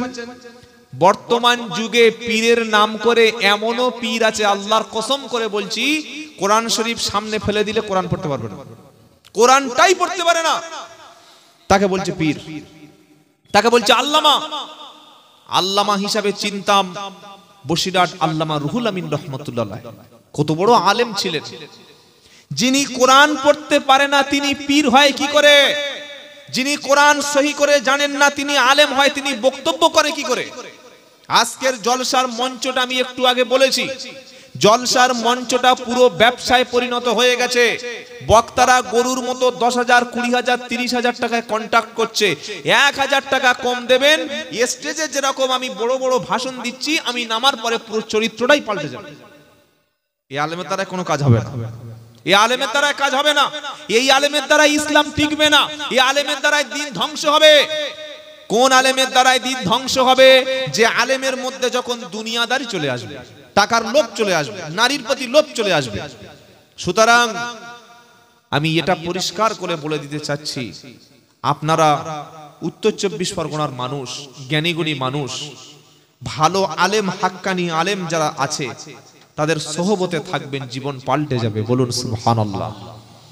সমস্যা কোন জায়গায় জানেন? আমাদের ভিতরে অন্ধত্ব রয়েছে, যে ওনার আব্বা পীর সাহেব ছিল তাহলে উনিও পীর সাহেব, এই যে একটা মানে প্রথা চলে আসছে, এটাই আমাদের মধ্যে অন্ধত্ব। নবী ওনার আব্বা ছিলেন তাহলে উনি ওর নবীর ছেলে মানে নবী হয়ে যাবে, এটা বলা যায় না। পীরের বেটা অবশ্যই পীর বলে মেনে নেব, আলেম বলে মেনে নেব, যদি তার মধ্যে ইলম থাকে, ইখলাস থাকে, খুলুসিয়াত থাকে। কি বলছে বুঝতে পারছেন না? আর যদি তার মধ্যে ইলম না থাকে, অন্ধর মতো তার পিছনে তাকবীর দিয়ে ধন্য করা, এটা অন্তত আমি পারি না। এই কারণে আমার সঙ্গে অনেক পীর সাহেব জলসা করছে না। তারা বলে দিয়েছে বাবা আপনি আসলে ঠিক আছে ভাই, আমার তো এমনি ঘুমানোর সময় পাচ্ছি না, আজ রাতে একটু ঘুমিয়ে নিয়ে একটু পড়াশোনা করে নি। পড়াশোনা করার খুব প্রয়োজন আছে, কি আছে না? নাই। বক্তব্য করতে গেলে পড়াশোনা করেই কথা বলতে হয়, তাহলে কানে হাত দিয়ে বাবা না ভাই সারা জীবন প্রথাগত বক্তব্য চলে আসছে, এগুলো পাল্টাতে হবে। সকলে বলুন আমরা কোরআন, সুন্নাহ, ইজমা, কিয়াস অনুযায়ী হাক্কানি আলেম, হাক্কানি ওলিদের সোহবতে থাকবো, বলুন ইনশাআল্লাহ। তারপরে ফোনটা কেটে দেওয়ার আগে বলছে হুজুর আপনি ফুরফুরা সিলসিলা বিরোধী। আমাকে বলছে, আমি বললাম কি দেখতে পেয়েছেন? বললেন না আপনি দরুদ শরীফ পড়েন না। দরুদ শরীফ কিভাবে পড়তে হবে? বলছে না, অন্যান্য বক্তা 2 ঘন্টা বক্তব্যের মধ্যে 20 বার দরুদ শরীফ পড়ে, আর 20 বার দরুদ শরীফ পড়তে গেলে 10টা গজল বলে। কি বলছি বুঝতে পারছেন না? আমি বললাম ভাই গজল 10টা বললে কেন, 15টা বলতে পারি, কিন্তু 10টা গজল বললে 5 10 50, ওখানে তো 1 ঘন্টার সময় চলে গেল। তাহলে সাধারণ মানুষ টাকা দিয়ে আমাকে কোরআন শোনার জন্য 500 লোক আমার দিকে হা করে তাকিয়ে আছে, আর আমি গজল বলতে এসেছি। এটা কবে ভাববো? দরুদ শরীফ পড়ুন, বারবার পড়ুন, কিন্তু সেটা যেন মানুষকে টাইম পাস করার দরুদ শরীফ না হয়। কি বলছি বুঝতে পারছেন না? এইসব আজে বাজে কথা বলা হলো, এইসব বলে বলি ঠিক আছে ভাই, অসুবিধা নাই, আপনি আপনার পীর সাহেবদের দিয়ে বক্তব্য করিয়ে নিন, আমি গেলে যদি আপনাদের সমস্যা হয় তাহলে আপনি করুন। তবে মনে রাখবেন, যেদিন এসে গেছে ভারতবর্ষের মুসলমানদের সামনে কে পীরপন্থী, কে তবলিগপন্থী, কে বসিরহাটপন্থী, কে ফুরফুরাপন্থী, এইগুলো দেখা হবে না। মসজিদ, মাদ্রাসা, খানকা, ঈদগাহ, কবরস্থান, এটা কি ঈদগাহ? ঈদগাহ তো ঈদগাহ, মসজিদ, মাদ্রাসা, কবরস্থান, এগুলো সবগুলো হয় ওয়াকাফ সম্পত্তির উপরে, দান করা সম্পত্তির উপরে। কোনো পার্সোনাল জায়গায় মসজিদ বা ঈদগাহ হয় না। আপনি ফুরফুরা করছেন, এখনো বসিরহাট ঝামেলা করছেন, উমুক পীর সাহেবকে গালাগালি করছেন, উমুক বক্তা আসলে উমুক বক্তাকে দাওয়াত যাওয়া যাবে না বলে আপনি ফোন কেটে দিচ্ছেন, কিন্তু আপনার মসজিদ, মাদ্রাসা, খানকা, ঈদগাহ, কবরস্থান, দলিলগুলো নিয়ে অটোমেটিক পার্লামেন্টে কিন্তু বিল চলে এসেছে, জানেন না? পার্লামেন্টে বিল চলে এসেছে। ওই বিলটার মধ্যে বলা আছে যত মসজিদ, মাদ্রাসা, খানকা, ঈদগাহ, কবরস্থান সব ওয়াকাফ সম্পত্তিগুলো আমাদের মুসলমানদের ইচ্ছায় ব্যবহার হবে না। ওটা কেন্দ্রীয় সরকার বিল এনে পাশ করেই ডিস্ট্রিক্ট ম্যাজিস্ট্রেট, ডিএম দ্বারা, জেলা শাসক দ্বারা আপনার মসজিদের নামাজ পড়তে দেবে, ডিস্ট্রিক্ট ম্যাজিস্ট্রেট দিয়ে আপনার ঈদে নামাজ পড়তে দেবে। আপনার বাপ মারা গেছে, ওই অফিস থেকে আপনাকে অনুমতি আনতে হবে। কোন অফিস? ডিএম, ডিস্ট্রিক্ট ম্যাজিস্ট্রেটের অফিস থেকে, যে আমার আব্বাকে আমি গোরস্থানে মাটি দিতে দেবো কিনা। যদি অনুমতি দেয় তবে আপনি জানাজার নামাজ পড়তে পারবেন, তা না হলে ঘরের কোণে পুঁতে রাখতে হবে। কি বলছি বুঝতে পারছেন না? এই রকম একটা সিচুয়েশনে চলে এসেছে, আর আমরা কিছু মানুষ অশান্তির আগুনে আরো ঘি ঢেলে দিচ্ছি। আর একটা কথা বলি, কদিন আগে আপনারা দেখেছিলেন ফুরফুরা শরীফের পীরজাদা সাহিমউদ্দিন সিদ্দিকী সাহেব, নাম শুনেন নাই বাবা? উনি এসেছিলেন জামিয়া রহমানিয়াতে। তো এটা আমি খবরটা সোশ্যাল মিডিয়া দেখলাম। এমনি সাইম সিদ্দিকীর সঙ্গে আমার অনেক আগে থেকে সম্পর্ক, না বাড়িতে যাতা আসা আছে, সম্পর্ক আগে থেকে ছিল। তো উনি এসেছেন, এসে সবকিছু ঘুরে গেলেন। আলহামদুলিল্লাহ আমরা দেখতে পেলাম যে একটা অনেক দিনের দ্বন্দ্ব, যেটা মুসলমানদের মধ্যে আলেমরা মিল হয়ে গেলে সাধারণ মানুষ মিলে যাবে। কি যাবে না? যাবে না। ভাই ভাই মিল হয়ে গেলে ভাইয়ের বউদের মধ্যে মিল হবে না? হবে না? কি বলছেন? হ্যাঁ। আর ভাই ভাই যতক্ষণ না মিল হবে, ভাই ভাইয়ের বউর মধ্যে মিল হবে? হবে না। তো ফুরফুরা শরীফ, বসিরহাট বা মুফতি সাহেবদের সঙ্গে কোনো জমি জায়গা নিয়ে ঝামেলা নয়, শুধু খালি একটাই ঝামেলা, একটাই সেটা আপনারা প্রত্যেকদিন, ওটা আমি আর বলতে চাচ্ছি না, ছোট্ট ছোট্ট বিষয়গুলো নিয়ে। তো যদি তিনি এসে, যদি সবাই একসঙ্গে আমরা চলি, একই মঞ্চে যদি ফুরফুরার পীর সাহেবরা, একই মঞ্চে যদি পশ্চিমবঙ্গের ওলামারা থাকে, তাহলে এটা মুসলমানদের জন্য একটা ভালো। কি গো, এই কলকাতায় ধর্মতলায় মিটিং হয়েছে ওয়াকাফ বিল নিয়ে, জানেন না? 3টে মিটিং হয়েছে একই মাঠে, একদম সেম একই মঞ্চ, একই মাঠে 3টে মিটিং। প্রথম করলো কে? কামারুজ্জামান সাহেব, আপনাদের বাদুড়িয়ার ছেলে। দ্বিতীয় মিটিংটা করলো কে? সিদ্দিকুল্লাহ চৌধুরী সাহেব, তৃণমূলের একজন নেতা। তৃতীয় মিটিং করলো কে? পীরজাদা তোহা সিদ্দিকী সাহেব। দিলীপ ঘোষ বলুন, শুভেন্দু অধিকারী বলুন, যত বিজেপি নেতা ছিল তারা প্রত্যেকে দেখেছে যে এই মুসলমানদের মধ্যে কতগুলো দল, কতগুলো ভাগ। কি বলছি বুঝতে পারছেন না? 3টে দল, কামারুজ্জামান, তোহা সিদ্দিকী সাহেব, আর যদি সিদ্দিকুল্লাহ চৌধুরী সাহেব, আমাদের মুফতি সাহেবও গিয়েছিলেন, আর ওলামারা সবাই মিলে যদি কলকাতায় একটা মিটিং করে 10 থেকে 20 লাখ লোক একটাই ধ্বনি তোলা হতো যে পশ্চিম বাংলার জমিনে, ভারতবর্ষের জমিনে ওয়াকাফ সম্পত্তি যদি কেউ দখল করতে আসে, আমরা মুসলমানরা স্বাধীনতার জন্য যেভাবে জীবন দিয়েছিলাম, ওয়াকাফ সম্পত্তির জন্য সেই রকম জীবন দেব। সমস্ত দল, সমস্ত মতের ওলামারা এক জায়গায় হয়ে যদি এই প্রতিবাদটা মিছিল হতো, 25 থেকে 30 লাখ লোক এক জায়গায় হতো না? হতো না? হতো না? হতো না? কিন্তু সেই ঐক্য চিত্র আমরা ধরে তুলতে পারিনি। আর যতক্ষণ পর্যন্ত নিজেদের মধ্যে ঐক্য না হবে, আল্লাহ বলছে তোমাদের ক্ষমতা শেষ। কে বলছে?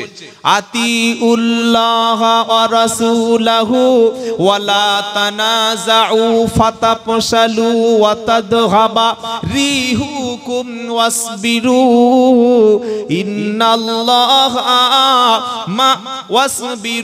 ইন্নাল্লাহা মা'আস সাবিরিন। 10 নম্বর পারা, দ্বিতীয় পৃষ্ঠা, প্রথম লাইনে 46 নম্বর আয়াত, সূরার নাম আনফাল।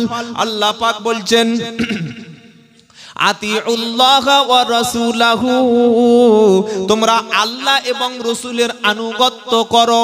ওয়ালা তানাজাউ ফাতাফশালু ওয়া তাযহাবা রিহুকুম, তোমরা যেন নিজেদের মধ্যে ভাগাভাগি করো না, নিজেদের মধ্যে মতনৈক্য করো না, নিজেদের মধ্যে মতামতে ভাগ করে দিও না। যদি তোমরা নিজেদের মধ্যে ঐক্য না থাকে, এ ওই দলের সে ওই দলের, একই জলসায় অমুক বক্তা আসলে বয়কট হবে, একই গ্রামে অমুক ব্যক্তি আসলে আমি যাব না, একটা গ্রামে 10টা জলসা, 2টো ঈদগাহ, 2টো মসজিদ, এইভাবে যদি তোমাদের মধ্যে ভাগাভাগি থাকে তাহলে তোমরা দুর্বল হবে, তোমরা ক্ষমতা হারা হয়ে যাবে। 15টা বছর শেখ হাসিনা বাংলাদেশে জ্বালিয়েছেন, জানেন না? জানেন না? জানেন না? তখন হাজার দল ছিল, জামাত ইসলামী কোথায়, ওহাবি কোথায়, জামাত ইসলামী কোথায়, এই আজানগাছি কোথায়, কাদরিয়া কোথায়, মানে কত রকমের দল ছিল।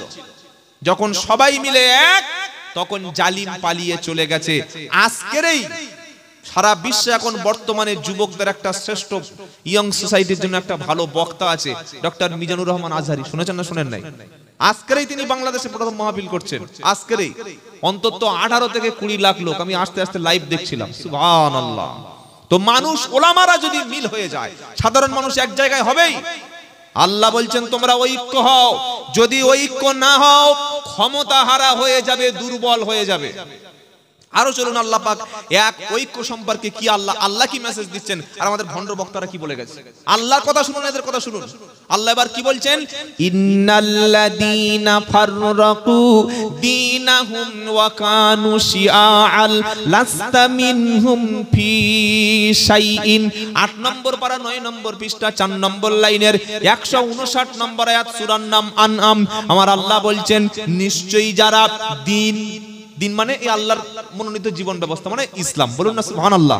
আমার আল্লাহ বলছেন নিশ্চয়ই যারা ধর্মকে, দিনের অংশকে টুকরো টুকরো টুকরো টুকরো ছোট ছোট ছোট ছোট করে মহল্লায় মহল্লায়, পাড়ায় পাড়ায়, দরবারে দরবারে, মসজিদে মসজিদে ভাগাভাগি করে নিয়েছে, আর নিজেদের দলটাকে নিজেরা আলাদা আলাদা করে বেছে বেছে নিয়েছে। আল্লাহ বলছেন নবী, ওই সমস্ত লোকদের সঙ্গে আপনার কোনো সম্পর্ক নাই। পারা নাম্বার 18, পৃষ্ঠা নাম্বার 4, লাইন নাম্বার 13, আয়াত নাম্বার 52-53, সূরার নাম সূরা আল মুমিনুন। এবার আল্লাহ বলছেন ও মুসলমান, তোমরা নিজেদেরকে কেন ভাগাভাগি করছো, নিজেদের মধ্যে কেন দলাদলি করছো? আবার কিছু এমন ব্যক্তি আছে, এই যে মানুষ যখন এক হয়ে যাচ্ছে এরা আর সহ্য করতে পারছে না, সবাই যদি এক হয়ে যায় তাহলে আমরা কি করব? হাক্কানি আলেমরা যদি এক হয়ে যায়, মুসলমান সমাজ, ইসলামটা এক হয়ে যাবে। যখন সাইম সিদ্দিকী আসলেন আমাদের জামিয়াতে, তখন মুফতি সাহেব যাওয়ার কথা আমার মুহিত ভাই বলে গেলেন। কি গো, শুনছেন না? শুনলেন? সবাই জানে আমরা একসঙ্গে যাব ইনশাআল্লাহ। তখন কিছু ফেতনাবাজ তারা বলছে যদি সব এক হয়ে যায় তাহলে আমাদের তো ভাঁড়ে পড়াশোনা কিচ্ছু নাই। এই যে আমরা এর পিছনে ওর পিছনে কাটি মেরে যে সমাজের মধ্যে ভাগাভাগি করে মুরিদ পড়াচ্ছিলাম, ভক্ত পড়াচ্ছিলাম, আমাদের উপায়টা তাহলে কি হবে? তাই তারা কিন্তু শুধু খালি ফেসবুকে উল্টোপাল্টা লেখালেখি করে যাচ্ছে। আমরা সাধারণ মুসলমান বিতর্ক বাদ দিয়ে যারা ঐক্য নিয়ে কথা বলবে, এক হয়ে থাকার বলবে, আমরা তাদের সাপোর্ট করব ইনশাআল্লাহ। বলুন না ইনশাআল্লাহ। এবার আল্লাহ কি বলছেন, আল্লাহর মেসেজটা শুনুন। সূরার নাম বলে দিয়েছে আল মুমিনুন, 18 পারা 4 পৃষ্ঠা 13 নম্বর লাইন, 52-53 নম্বর আয়াত। আল্লাহ কি বলছেন? ওয়া ইন্না হাদিহি উম্মাতুকুম উম্মাতাও ওয়াহিদা ওয়া আনা রাব্বুকুম ফাত্তাকুন ফাতাকাত্তাউ আমরাহুম বাইনাহুম যুবুরা কুল্লু হিজবিম বিমা লাদাইহিম ফারিহুন। আমার আল্লাহ বলছেন ওয়া ইন্না হাদিহি উম্মাতুকুম উম্মাতাও ওয়াহিদা, তোমরা এই উম্মাত, তোমাদের দল তো একটা দল। জোরে বলুন। এটা আমি বানালাম তাই তো নাকি? কার কথা? কার? কোন হুজুরের কথা না, কোন বক্তার কথা না, ডাইরেক্ট আমার আল্লাহর কথা। বলুন সুবহানাল্লাহ। আল্লাহ বলছেন তোমরা উম্মাত, তোমরা একই উম্মাত, তোমাদের দল হলো একটা, তোমরা এই উম্মাত, একই উম্মাত, একই দল। কাবা শরীফ এক, তোমাদের নবী এক, তোমাদের রাসূল এক, তোমাদের আল্লাহ এক, তোমাদের কোরআন এক, সবাই যখন এক উম্মত, জোরে বলুন এক। আর এক যদি দুনিয়ায় না হবি তো ভাই একবার মরে দেখ। কি গো, দুনিয়ায় ও মিলাদ করলে আমি যাব না, ওর বাড়িতে সওয়াবরসানিতে বসবো না, ওর বাড়ির মেয়েতে বিয়েতে আমি যাব না, ও ওই দল করে ওকে সালাম দেব না, ও আসলে মঞ্চে আমি নেমে পালিয়ে যাব, আর মরে গেলে টেনে নিয়ে গোরস্থানে সব। কি গো, তখন আর আলাদা গোরস্থান আছে? তবলিগের আলাদা, ফুরফুরার আলাদা, আজানগাছির আলাদা, হানাফিদের আলাদা, শাফি মাযহাবের আছে নাকি, বসিরহাটদের আলাদা, কোন তখন সব এক জায়গায়, তখন কোনো ঝামেলা করে, সব কাঠ হয়ে শুয়ে পড়ে আছে, আর তখন আলাদা হতে পারছে না। খালি দুনিয়ায় আলাদা, আখিরাতে আর কোনো আলাদা দল নাই। আখিরাতে দল হলো দুটো। কটা? আসহাবুল ইয়ামিন, ডানপন্থী দল, জান্নাতি দল। আর একটা দল হলো আসহাবুস শিমাল, বামপন্থী দল, বাঁদিকের দল। একটা হলো জান্নাতি, আর একটা হলো জাহান্নামী। একটা হলো ডানপন্থী, আর একটা হলো বামপন্থী। একটা হলো ইসলামপন্থী, আর একটা হলো কাফেরপন্থী। একটা হলো রসুলপন্থী, আর একটা হলো আবু জাহালপন্থী। একটা হলো উলামাপন্থী, আর একটা হলো ফিতনাপন্থী। একটা হলো কোরআন সুন্নাহপন্থী, আর একটা হলো নিজেদের বানানো ধর্ম তৈরি করা পন্থী। আমরা সকলে হলাম আহলুস সুন্নাত ওয়াল জামাত। কোরআন সুন্নাহ যেখানে আমরা আছি সেখানে। জোরে হবে না সুবহানাল্লাহ? সবাই যখন এক, তো আমি কেন এক হব না বাবা? আমার সমস্যাটা কি গো বাবা? যেটা আল্লাহ আল্লাহ ভাইরা, তো আল্লাহ কি বলছেন? তোমরা একই উম্মাত, আর ওয়ানা রব্বুকুম ফাত্তাকুন, তোমরা সকলে তোমাদের রবকে ভয় করো। বলুন সুবহানাল্লাহ। এইবার মানে এই কথা শুনলে আপনার মাথা হ্যাং হয়ে যাবে যে হ্যাঁ, আল্লাহ সত্যি এরকম ধরে ধরে বলেছে। এবার আল্লাহ কি বলছেন?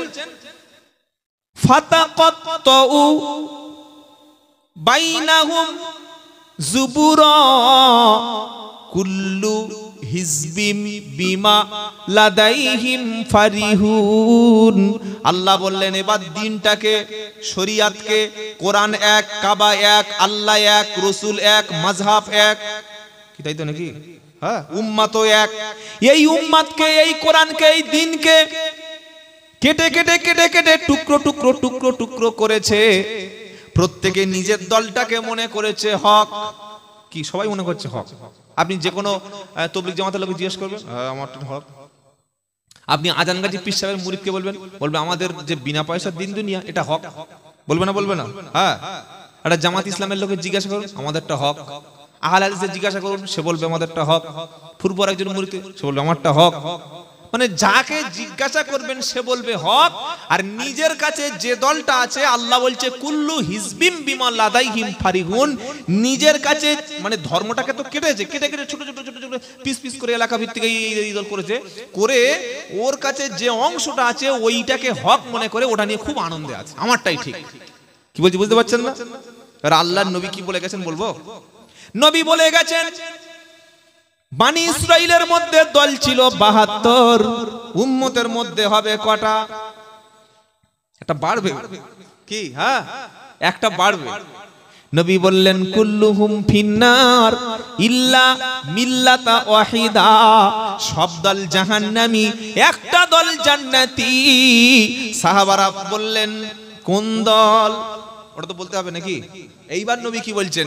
মা আনা আলাইহি ওয়া আসহাবি, আমি নবী যে পথে আছি আমার সাহাবায়ে কেরাম আজমাইন রাদিয়াল্লাহু আনহুম যে পথে আছে, নবীর তরিকা, সাহাবায়ে কেরামদের তরিকা, আল্লাহ রাসূলের সুন্নাত, সাহাবাদের সুন্নাত, নবীর আদর্শ, সাহাবাদের আদর্শ, নবীর জীবনী, সাহাবাদের জীবনী, নবীর আখলাক, সাহাবাদের আখলাক, নবীর ইবাদত, সাহাবাদের ইবাদত, নবীর মুআমালাত, সাহাবাদের মুআমালাত, নবীর মুআশারাত, সাহাবাদের মুআশারাত, যার মধ্যে পাবে, যেটার উপরে পাবে, ওইটা হলো জান্নাতি। এবার উম্মত বলছে তাহলে কোন দলের মধ্যে যাব? নবী বলছে শোনো, তোমাদের দুটো জিনিস ছেড়ে দিয়ে গেলাম। কটা? তারাকতু ফিকুম আমরাইনি লা তাদিল্লু মা তামাসসাকতুম বিহিমা। আল্লাহর নবী বললেন দুটো জিনিস তোমাদের ছেড়ে যাচ্ছি, এই দুটোকে ধরবে, কেউ জাহান্নামে নিতে পারবে না, কেউ বিভ্রান্ত করতে পারবে না। এবার ওই দুটো কি? একটা হলো কিতাব আল্লাহ, ওটা হলো আল্লাহর 30 পারা কোরআন, আর একটা সুন্নাত রাসূলি, আমি নবী আমার সুন্নাত। এই দুটো ধরুন, আল্লাহর কিতাব, নবীর সুন্নাত। এর বাইরে যত রকমের বিভ্রান্ত গোমরাহি পথ মত আছে, ভাই তোমার দল তুমি করো, মনে থাকবে ইনশাআল্লাহ। আমরা আল্লাহ রাসূলের সুন্নাতের অনুসারী, এজন্য আমরা হলাম আহলুস সুন্নাত ওয়াল জামাআত। সুন্নাত যেখানে আছে, রাসূলের আদর্শ যেখানে আছে, সাহাবাদের আদর্শ যেখানে আছে, আমরা সেখানে আছি, বলুন সুবহানাল্লাহ। তবে হ্যাঁ, ভুল ত্রুটি প্রত্যেকের হতে পারে, পারে কি পারে না? সঠিক পথে চলার চেষ্টা করলাম, যদি ভুল হয়ে যায় ক্ষমা করবে কে? আল্লাহ। এবার তামাম পৃথিবীর সমস্ত মুসলমানদেরকে আল্লাহ বলছেন তোমরা সকলে ভাই আর ভাই। আচ্ছা ধরুন আমার নাম মোহাম্মদ আব্দুল্লাহ জুবায়ের শেখ, আমরা 5 ভাই, আমার কথা বলছি। তো আমার যদি মেজো ভাই বা ছোট ভাইটাকে যদি ধরে কেউ রাস্তায় মারে, বা যদি বিনা কারণে কেউ অত্যাচার করে, আমি কি বসে থাকবো না প্রতিবাদ করব? কি গো বলছেন না কেন? প্রতিবাদ করব, করব। আল্লাহর কোরআন পারা নাম্বার 26, সূরার নাম হুজরাত, আয়াত নম্বর 10, আল্লাহ বলছেন ইন্নামাল মুমিনুনা ইখওয়া, নিশ্চয়ই মুমিনরা হলো ভাই ভাই। জোরে হবে না?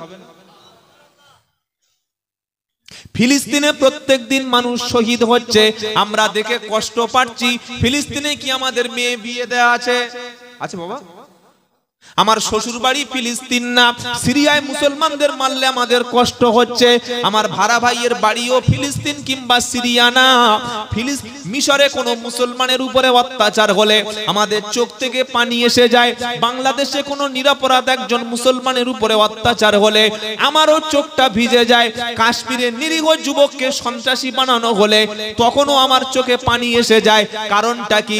একটাই কারণ, ওরা বলেছে লা ইলাহা ইল্লাল্লাহ, আমি বলেছি লা ইলাহা ইল্লাল্লাহ। ওরা আল্লাহকে আল্লাহ বলে মানে, আমরা আল্লাহকে আল্লাহ বলে মানি। ওরা রাসূলকে রাসূল বলে মানে, আমরা রাসূলকে রাসূল বলে মানি। ওরা কিবলার দিকে ফিরে নামাজ পড়ে, আমরা কিবলার দিকে ফিরে নামাজ পড়ি। ওরা 30 পারা কোরআন পড়ে, আমরা 30 পারা কোরআন পড়ি। ওরাও 5 ওয়াক্ত ফরজ পড়ে, আমরা 5 ওয়াক্ত ফরজ নামাজ পড়ি। ওরা জুমার নামাজ পড়ে, আমরা জুমার নামাজ পড়ি। ওরা বিসমিল্লাহ আল্লাহু আকবার বলে জবাই করে খায়, আমরা বিসমিল্লাহ আল্লাহু আকবার বলে জবাই করে খাই। আমরা রাসূলের উপরে সালাত ও সালাম পাঠ করি, তারাও রাসূলের উপর সালাত ও সালাম পাঠ করে। তারা আমার মায়ের পেটে ভাইয়ের মতো। বিশ্বের জমিনে যত মুসলমান আছে সবাই হলাম আমরা ভাই ভাই। কথাটা আমার না আল্লাহর। জোরে বলুন।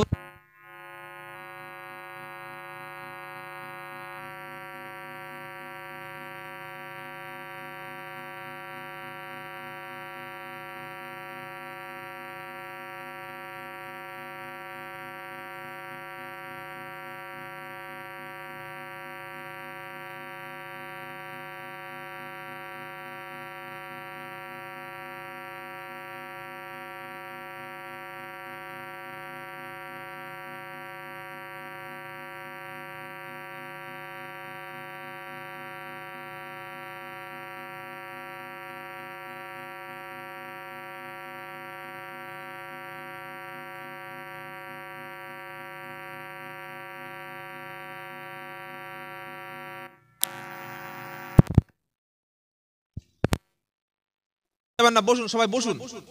আরে আলোচনা তো বাকি আছে, আপনারা চলে যাচ্ছেন কেন বাবা? আপনার কষ্ট লাগলো নাকি কথাগুলো বললাম বলে? বসুন বসুন, আমি ঐক্যের বার্তা দিচ্ছি ভাই, আমি কাউকে বিভেদ করার লোক নেই।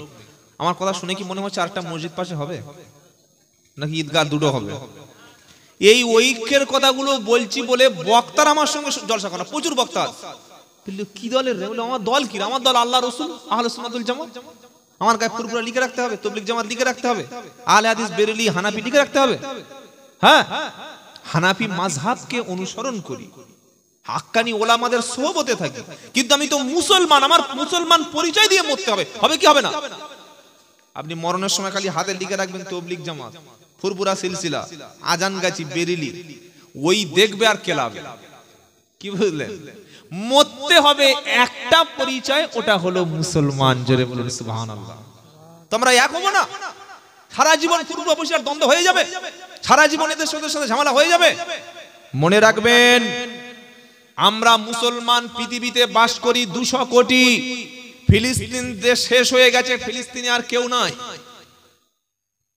হাজার হাজার ঘর বাড়ি হসপিটাল শেষ, হাজার হাজার মাদ্রাসা মসজিদ ধ্বংস, হাজার হাজার কবর মাজার সেখানে ধ্বংস, হাজার হাজার মসজিদের উপরে বোম্বিং করে শেষ করে দিয়েছে। তবে পশ্চিমবঙ্গ কিচ্ছু হবে না। হবে? হবে না? দুটো ঘটনা বলছি, 1 মিনিটে কান খাড়া হয়ে যাবে। বলে বলুন, এবার শুনুন তাহলে। বেলডাঙ্গায় একটা ঘটনা হয়েছিল, মনে আছে? গত 1 মাসের মধ্যে একটা পুজো মণ্ডপের লাইটে, এলইডি লাইটের উপরে আল্লাহর নামে অশ্লীল শব্দ লিখে দেওয়া হয়েছিল এবং বিশাল একটা রায়ট হচ্ছিল। আপনারা শুনে নাই? বেলডাঙ্গায়, মুর্শিদাবাদে, ওই দেখুন শুনেছে। পরবর্তীকালে 1 সপ্তাহ আগে যে ধরা পড়লো সে মুসলমান না, ওটা একজন সাম্প্রদায়িক, একজন জঙ্গি। সে হিন্দু মুসলমানের মধ্যে অশান্তি করার জন্য, মারামারি বাঁধানোর জন্য। ধরুন এই গ্রামে 500 মুসলমান বাস করে। এবার মসজিদের মধ্যে যদি শুকরের মাংস যদি কেউ ফজরের সময় ফেলে দিয়ে যায়, সকালে মারামারি হবে না? হবে না? আর মারামারি গুলো কারা করবে? অমুসলিমদের উপর আমরা গিয়ে করবো, এই তোরা মসজিদে ফেলেছিস কেন? কিন্তু এই কাজটা যদি সুকৌশলে কোনো মুসলমান করে যায়, আপনি ধরতে পারবেন না তো। বেলডাঙ্গা, আমি ওখানে 3 বছর কাপাসডাঙ্গা বড় মাদ্রাসায় জলসা করেছি, 3 বছর যাচ্ছি আল্লাহর রহমতে। ওখানে মুসলিম বেল্ট, মুসলিম এলাকা। তো ওই জায়গায় অমুসলিম আমাদের হিন্দু ভাইরা বাস করে, তারা একটা পূজা করছে। সেই গেটে আল্লাহর নামে অশ্লীল ভাবে লিখে দেওয়া হয়েছে। ওটা লিখেছে কে? একজন অমুসলিম জঙ্গি, দেশ বিরোধী, আল্লাহর নামে গালাগালি করে। সে একজন ইঞ্জিনিয়ার, ওই কাজটা করেছে। কেন করেছে? যাতে পশ্চিম বাংলায় অশান্তির আগুন ছড়িয়ে পড়ুক। আপনি চিন্তা করতে পারছেন? যখন মুসলমানরা গিয়ে ওটা ঝামেলা করবে, তখন একটা দাঙ্গা ছড়িয়ে পড়বে, ব্যাস তারা যেটা চাইছে হয়ে যাবে। আজকে সকালের কথা বলছি, আজকে 2টো ছেলে ফারাক্কা ব্যারেজ আছে জানেন? মালদা যাওয়ার আগে ফারাক্কা ব্রিজ, ফারাক্কার আগে ধুলিয়ান সুতি বলে একটা জায়গা আছে, সুতি। ওখানে রেল লাইনের উপরে মদন আর আরেকটা ছেলের নাম, দুজনেই অমুসলিম, দুজনে বোম নিয়ে রেল লাইনের উপরে রেখে পালাচ্ছিল। কেন? বোমটা যখন ব্লাস্ট হবে, বিস্ফোরণ হবে, ওই এলাকাটা মুসলিম প্রধান এলাকা, তাদের ঘাড়ে দোষ চাপিয়ে বেশ কিছু নিরীহ মানুষকে গ্রেফতার করে পশ্চিম বাংলাটা বলা হবে যে এটা পাকিস্তান হয়ে গেছে, অত্যাচার ধরপাকড় শুরু হয়ে যাবে। কোন জায়গায় আমরা বাস করছি? প্রতিনিয়ত আমাদের বিরুদ্ধে ষড়যন্ত্র করছে যারা দেশ বিরোধী, যারা হিন্দু মুসলমান ঐক্য থাকতে চায় না, তারা ষড়যন্ত্র করছে পশ্চিম বাংলায়। আমরা এগুলো দেখে আমাদের চোখ কি এত অন্ধ হয়ে গেছে? এরপরে আমরা এই সমস্ত ছোট্ট ছোট্ট বিষয় নিয়ে আমাদের মধ্যে ভাগাভাগি করব, মারামারি করব, অশান্তি করব। কেন? একজন অন্য দলের মানুষকে আমি সালাম দিয়ে বুকে টেনে নিতে পারি না? অন্য একটা দলের মানুষ, সে আমার দলের নয়, আমি তাকে দাওয়াত করে খাওয়াতে পারি না? অন্য একটা দলের মানুষ, সে আমার হয়তো পীর সাহেবের মুরিদ নয়, তা বলে আমি তাকে বুকে টেনে নিতে পারি না? এইটা যারা চায় না বুঝতে হবে, তারা ইহুদিদের দালাল। যারা চাইছে তবলিগ, ফুরফুরা, আজানগাছি, কাদরিয়া, চিস্তিয়া, তারপরে বসিরহাট মুফতি সাহেবদের সঙ্গে ফুরফুরা ঝামেলা আরো চলতে থাকুক, আরো অশান্তি হোক, বুঝতে হবে তারা ইহুদিদের কি দালাল। আর ইহুদিদের দালালদের মাদ্রাসা কিন্তু মাটির তলায় আছে, উপরে নাই। তারা আলেম তৈরি করছে। কোন আলেম? যারা ছোট্ট ছোট্ট বিষয় নিয়ে ফতোয়া দেবে। কি ফতোয়া? এখানে হাত না মারলে নামাজ হবে না, ফতোয়া দেওয়ার লোক আছে না নাই? কি গো? হ্যাঁ, আমিন বলতেই হবে, না বললে হবে না। আবার এখানে হাত বাঁধলে এটাও সমস্যা আছে। মানে এমন এমন বিষয় নিয়ে আপনাকে ফতোয়া দেবে যেন শরিয়াতের শুদ্ধ অংশ ওইটুকু, আর কোনো অংশ নয়। এগুলো কেন ভাই? এগুলো থেকে বার হয়ে আসুন। আমাদের মুসলমানদের মধ্যে প্রথম যেটা দরকার সেটা হচ্ছে শিক্ষা। আজকের মুসলমানদের মধ্যে কত মূর্খ ছেলেপুলে আছে আপনি জানেন? যারা না গেছে স্কুলে, না গেছে মাদ্রাসায়, না গেছে কোনো শিক্ষা প্রতিষ্ঠানে। আজকের আমি তো দোয়া করি সব সময়, বিশেষ করে অল ইন্ডিয়া সুন্নাতুল জামাতের জন্য। কিসের? তারা যে আন্দোলনটা শুরু করেছে মুফতি আব্দুল মাতিন সাহেব, কাইম সাহেব, রজব আলী সাহেব, সেই আন্দোলনটার নাম হচ্ছে শিক্ষার আন্দোলন। জোরে বলুন সুবহানাল্লাহ। জাতিকে যদি আমরা শিক্ষা না দিতে পারি, জাতিকে যদি স্কুল না করে দিতে পারি, জাতিকে যদি মাদ্রাসা না করে দিতে পারি, মসজিদ না বানিয়ে যেতে পারি, এরকম লক্ষ লক্ষ টাকার জলসা দিয়ে হুজুরের পকেট মোটা হবে। আগে হুজুর ছিল 50, পরের বছরে 60 কেজি। আগে চড়তো 20 লাখ টাকার গাড়ি, এখন চড়বে 30 লাখ টাকার গাড়ি। আগে হুজুরের বাড়ি ছিল মাটির, এখন হবে 3 তলা, প্রত্যেকটা রুমে এসি। খালি বলবো উফ আমার হুজুরের এত বড় বাড়ি, হুজুরের বাড়ি গিয়ে সেলফি তুলে ছাড়ছে, আমার হুজুরের বাড়ি দেখ। তোর বাড়িটা কবে পারবে? তোমার টাকায় তার সংসার চলে, তোমার টাকায় তার পেট চলে, তোমার টাকায় তার হাঁড়ির মধ্যে খাবার তৈরি হয়। তুমি দাঁত কেলিয়ে ছবি তুলে বলছো আমার হুজুরের বাড়ি দেখ। কিন্তু তোমার গ্রামে একটা মসজিদ নতুন হয়নি, তোমার গ্রামে মসজিদটার মধ্যে মক্তব চালু নেই, তোমার গ্রামের মধ্যে একটা নতুন স্কুল কি চালু হয়েছে, তোমার গ্রামের মধ্যে নতুন কোন শিক্ষা প্রতিষ্ঠান চালু করতে পেরেছে ওই হুজুর এসে? যদি না করতে পারে তাহলে এই হুজুরকে তুমি এত টাকা দিচ্ছ কেন? কি আপনাদের কষ্ট হচ্ছে? শিক্ষার পিছনে মুসলমান টাকা খরচ করবেন। এখন বর্তমান যুগে এই যে প্রাইমারি স্কুলের লেখাপড়া, এখানে কিচ্ছু নাই। আমি এই কথাটা সব জায়গায় বলি। তারা মিড ডে মিল দিচ্ছে, খাবার দিচ্ছে, ব্যাগ দিচ্ছে, বই দিচ্ছে, জুতো দিচ্ছে, স্কলারশিপ দিচ্ছে, কিন্তু স্কুলে শিক্ষা নাই। শিক্ষা মানুষকে সচেতন করে, শিক্ষা মানুষকে প্রশ্ন শেখায়, শিক্ষা মানুষকে উগ্রবাদী বানায় না, শিক্ষা মানুষকে মাথা নিচু করে চলতে শেখায়, শিক্ষা মানুষকে ধর্মের পথ দেখায়, শিক্ষা মানুষকে সচেতন করে, অন্ধ ভক্তকে চোখ কাটিয়ে দেয়। তাই সরকার সব দেবে, কখনো আপনার শিক্ষা দেবে না। সবাই যদি শিক্ষিত হয়ে যায়, সবাই যদি লেখাপড়া শেখে, তখন 2 নম্বরই কন্ট্রাক্টরি কে করবে, তখন বোম বাঁধবে কে, তখন মানুষেরকে অস্ত্র ধরে হানাহানি করবে কে? তাই রাজনৈতিক নেতারা কোনোদিন সাধারণ জনগণকে দেখবেন হসপিটাল দেবে, তারা নতুন আবাস যোজনার ঘর দেবে, তারা রাস্তা করে দেবে, তারা ফ্রিতে পানি দেবে, ফ্রিতে বিদ্যুৎ দেবে, কিন্তু ফ্রিতে শিক্ষা দেবে না। রাজনৈতিক কারবারিরা ফ্রিতে শিক্ষা দেবে না। আর ভণ্ড বক্তা, ভণ্ড হুজুররা কখনো মানুষকে কোরআন শিখতে, কোরআন পড়তে, কোরআন বুঝতে, কোরআনের মক্তব তৈরি করতে, কোরআনের মাদ্রাসা তৈরি করতে বিরোধিতা করতে। কি বলছি বুঝতে পারছেন না? ফুরফুরার আবু বকর সিদ্দিক রাহমাতুল্লাহ আলাইহি তিনি শুধুমাত্র জলসা কোরআনের মাহফিল করে কবরে চলে যাননি, তার সিলসিলা টিকে ছিল, টিকে আছে এই কারণে শুধুমাত্র মাদ্রাসার মধ্যে আলেম তৈরি হয়েছে, তারাই আদর্শ টিকিয়ে রেখেছে। জোরে বলুন সুবহানাল্লাহ। একটা জাতি আদর্শ দ্বারাই টিকে থাকে, অন্য কোনো না। আদর্শ যে জাতির মধ্যে থাকে না, সে জাতির কোনো অস্তিত্ব থাকে না। পৃথিবীতে অনেক ধর্মই শেষ হয়ে গেছে, শুনলে অবাক হয়ে যাবে। আজ থেকে 3000-4000 বছর আগে এমন ধর্ম ছিল যে ধর্মটাই শেষ হয়ে গেছে, ধর্ম বলতে আর কিচ্ছু নাই। এমন ভাষা ছিল যে ভাষাটাই শেষ হয়ে গেছে। কেন? সেই ভাষা চর্চা হয়নি, সেই ধর্ম চর্চা হয়নি। সেজন্য ইসলাম বাঁচাতে গেলে আমাদের শিক্ষা প্রতিষ্ঠানের দিকে লক্ষ্য রাখতে হবে। আমাদের প্রত্যেকটা মসজিদে মক্তব চালু করতে হবে। আপনাদের যে মসজিদে আমি এসে নামাজ পড়লাম, খুব সুন্দর মসজিদ, ইমাম সাহেবও নিশ্চয়ই যোগ্য ইমাম, যারা বয়স্ক আছেন, একটু মুরব্বী মানুষ বসে আছেন, আপনারা চেষ্টা করবেন কি জানেন? আপনারা আল্লাহর কোরআনটা একটু শিখে নেওয়া। বাবাজিরা, আল্লাহর ভাইরা, একটু কষ্ট করে যদি মাগরিবের পরে 10 মিনিট আধ ঘন্টা করে ইমাম সাহেবের কাছে বসে, পার্সোনাল, সবার সামনে বসার দরকার নেই, যদি বসেন, কোরআনটা একটু শিখবো, নবীর সুন্নাতটা একটু শিখবো, আলেমদের, আল্লাহর যারা হাক্কানি আলেম বান্দা ছিলেন তাদের আদর্শটা আমি একটু শিখবো, এটা ক্ষতি আছে? ক্ষতি আছে নাকি?